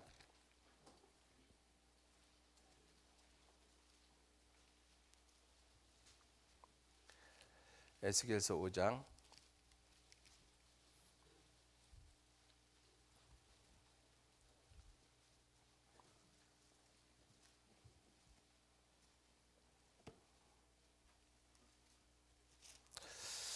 예, 에스겔서 5장 7절 말씀서부터 제가 읽겠습니다. 7절. 그러므로 나 주 여호와가 말하노라. 너희의 요란함이 너희를 둘러있는 이방인보다 더하여 내 율례를 행치 아니하며 내 규례를 지키지 아니하고 너희를 둘러있는 이방인의 규례대로도 행치 아니하였느니라. 그러므로 나 주 여호와가 말하노라. 나 곧 내가 너를 치며 이방인의 목전에서 너희 중에 벌을 내리되 내 모든 가증한 일로 인하여 내가 전무후무하게 내게 내릴지라. 그리한즉 너희 중에 아비가 아들을 먹고 아들이 그 아비를 먹으리라. 내가 벌을 내게 내리고 너희 중에 남은 자를 다 사방에 흩으리라. 이렇게 망했잖아요. 그죠? 실제로 이스라엘 백성들이 이와 같이 다 망해버렸습니다. 경고를 하셨어요. 이 경고를 하시는 이유가 무엇이냐면 이 저주의 내용이 없다라면 경고하시지 않죠. 하나님은 이스라엘 백성들에게 저주를 내리겠다라고 하셨는데 이 저주가 이게 하나님의 본 마음이 아닙니다. 하나님은 공의의 하나님이기 때문에 사랑과 공의의 모습으로 이들을 저주한다라고 말씀하실 수밖에 없잖아요. 죄는 참아 보지도 못하시는 분이시기 때문에. 그러니까 이 저주가 있기 때문에 계속 경고하십니다. 그런데 이스라엘 백성들은 계속 무시해요. 그래서 결국은 멸망했어요. 어느 정도로? 부모가 자식을 잡아먹고 자식이 부모를 잡아먹는 정도로. 우리가 이스라엘 민족의 역사를 보면서 그걸 알 수가 있잖아요. 자, 그런데 그렇게 멸망하고 난 다음에 6장 7절 말씀서부터 보시죠. 6장 7절, 에스겔서 6장 7절. 또 너희 중에서 살육을 당하여 엎드러지게 하여 너희로 나를 여호와인 줄 알게 하려 함이라. 그러나 너희가 열방에 흩어질 때에 내가 하나님이 너희 중에서 칼을 피하여 이방 중에 남아 있는 자가 있게 할지라. 잘 보세요. 하나님이 이스라엘 백성들 열방에 흩어버리시는데, 그런데 그 열방 중에서 죽음을 피해서 이방인 중에서 살아남는 자가 있게 하신다라고 말씀하셨어요. 왜 있게 하시느냐? 9절. 너희 중에 피한 자가 사로잡혀 이방인 중에 있어서 나를 기억하되, 하나님을 기억하되, 하나님의 경고의 말씀을 기억하되, 그들이 음란한 마음으로 나를 떠나고 음란한 눈으로 우상을 섬겨 나로 근심케 한 것을 기억하고 스스로 한탄하리니 이는 그 모든 가증한 일로 악을 행하였음이라. 10절 같이 읽겠습니다. 그때야 그들이 나를 여호와인 줄 알리라. 내가 이러한 재앙을 그들에게 내리겠다 한 말이 헛되지 아니하리라.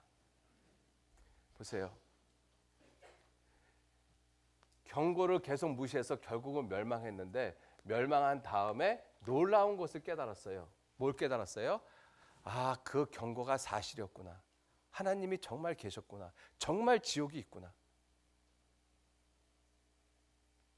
하나님이 말씀하신 대로 우리 민족이 이렇게 철저하게 망했구나.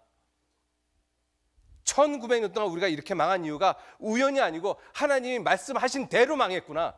하나님 말씀이 정말 사실이었구나. 그거 깨달았잖아요. 근데 깨달으면 뭐예요? 자기 부모, 자기 자식, 자기 남편, 자기 아이 다 죽었는데 그렇게 깨달으면 뭐 하겠어요? 잘못된 선택의 결과가 얼마나 끔찍한 것을 분명히 깨달았잖아요. 그 잘못된 선택을 하지 말라고 그렇게 이야기했는데 이스라엘은 끝까지 잘못된 선택을 했어요. 그 이스라엘 민족의 역사가 성경에 왜 있겠습니까? 우리의 교훈을 위해서 있어요. 여러분들, 하나님이 지금 우리에게도 계속 경고하고 계십니다. 어떤 사람은 그 경고를 받아들이고 마음을 돌이키시는 분들도 계셔요. 그런데 어떤 분들은 계속 마음속에 무시합니다. 내 그냥 가도 지옥 가도 내가 가니까 더 이상 상관하지 마. 그러다가 정말 죽으면 지옥 가십니다. 심한 흑암중으로 쫓겨 들어갑니다. 지옥에서 가서 깨달아요. 아, 정말 지옥이 있었구나. 정말 성경이 사실이었고 하나님이 계셨구나. 깨닫습니다. 그런데 지옥이에요. 무슨 의미가 있습니까? 여러분들, 제발 올바른 선택하셔야 돼요. 마지막으로 한 구절만 보고 마치도록 하겠습니다. 신명기 30장 19절 말씀, 오늘 본문 말씀입니다. 자, 같이 읽도록 하겠습니다. 내가 오늘날 천지를 불러서 너에게 증거를 삼노라. 내가 생명과 사망과 복과 저주를 내 앞에 두었은즉 너와 내 자손이 살기 위하여 생명을 택하고. 여러분들, 정말 하나님 앞에서 올바른 선택하십시오.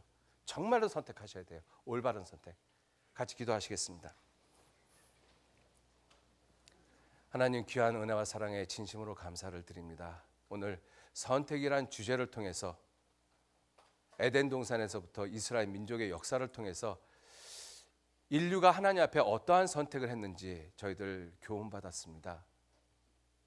하나님, 그러한 모습들을 우리가 배우면서 내가 정말로 하나님 앞에 어떠한 선택을 해야 할지 우리 마음 가운데 지혜와 총명을 허락해 주시고, 하나님에 대한 잘못된 사상을 굳이 고집하지 아니하도록 하나님께서 더욱 도와주시고 인도해 주옵소서.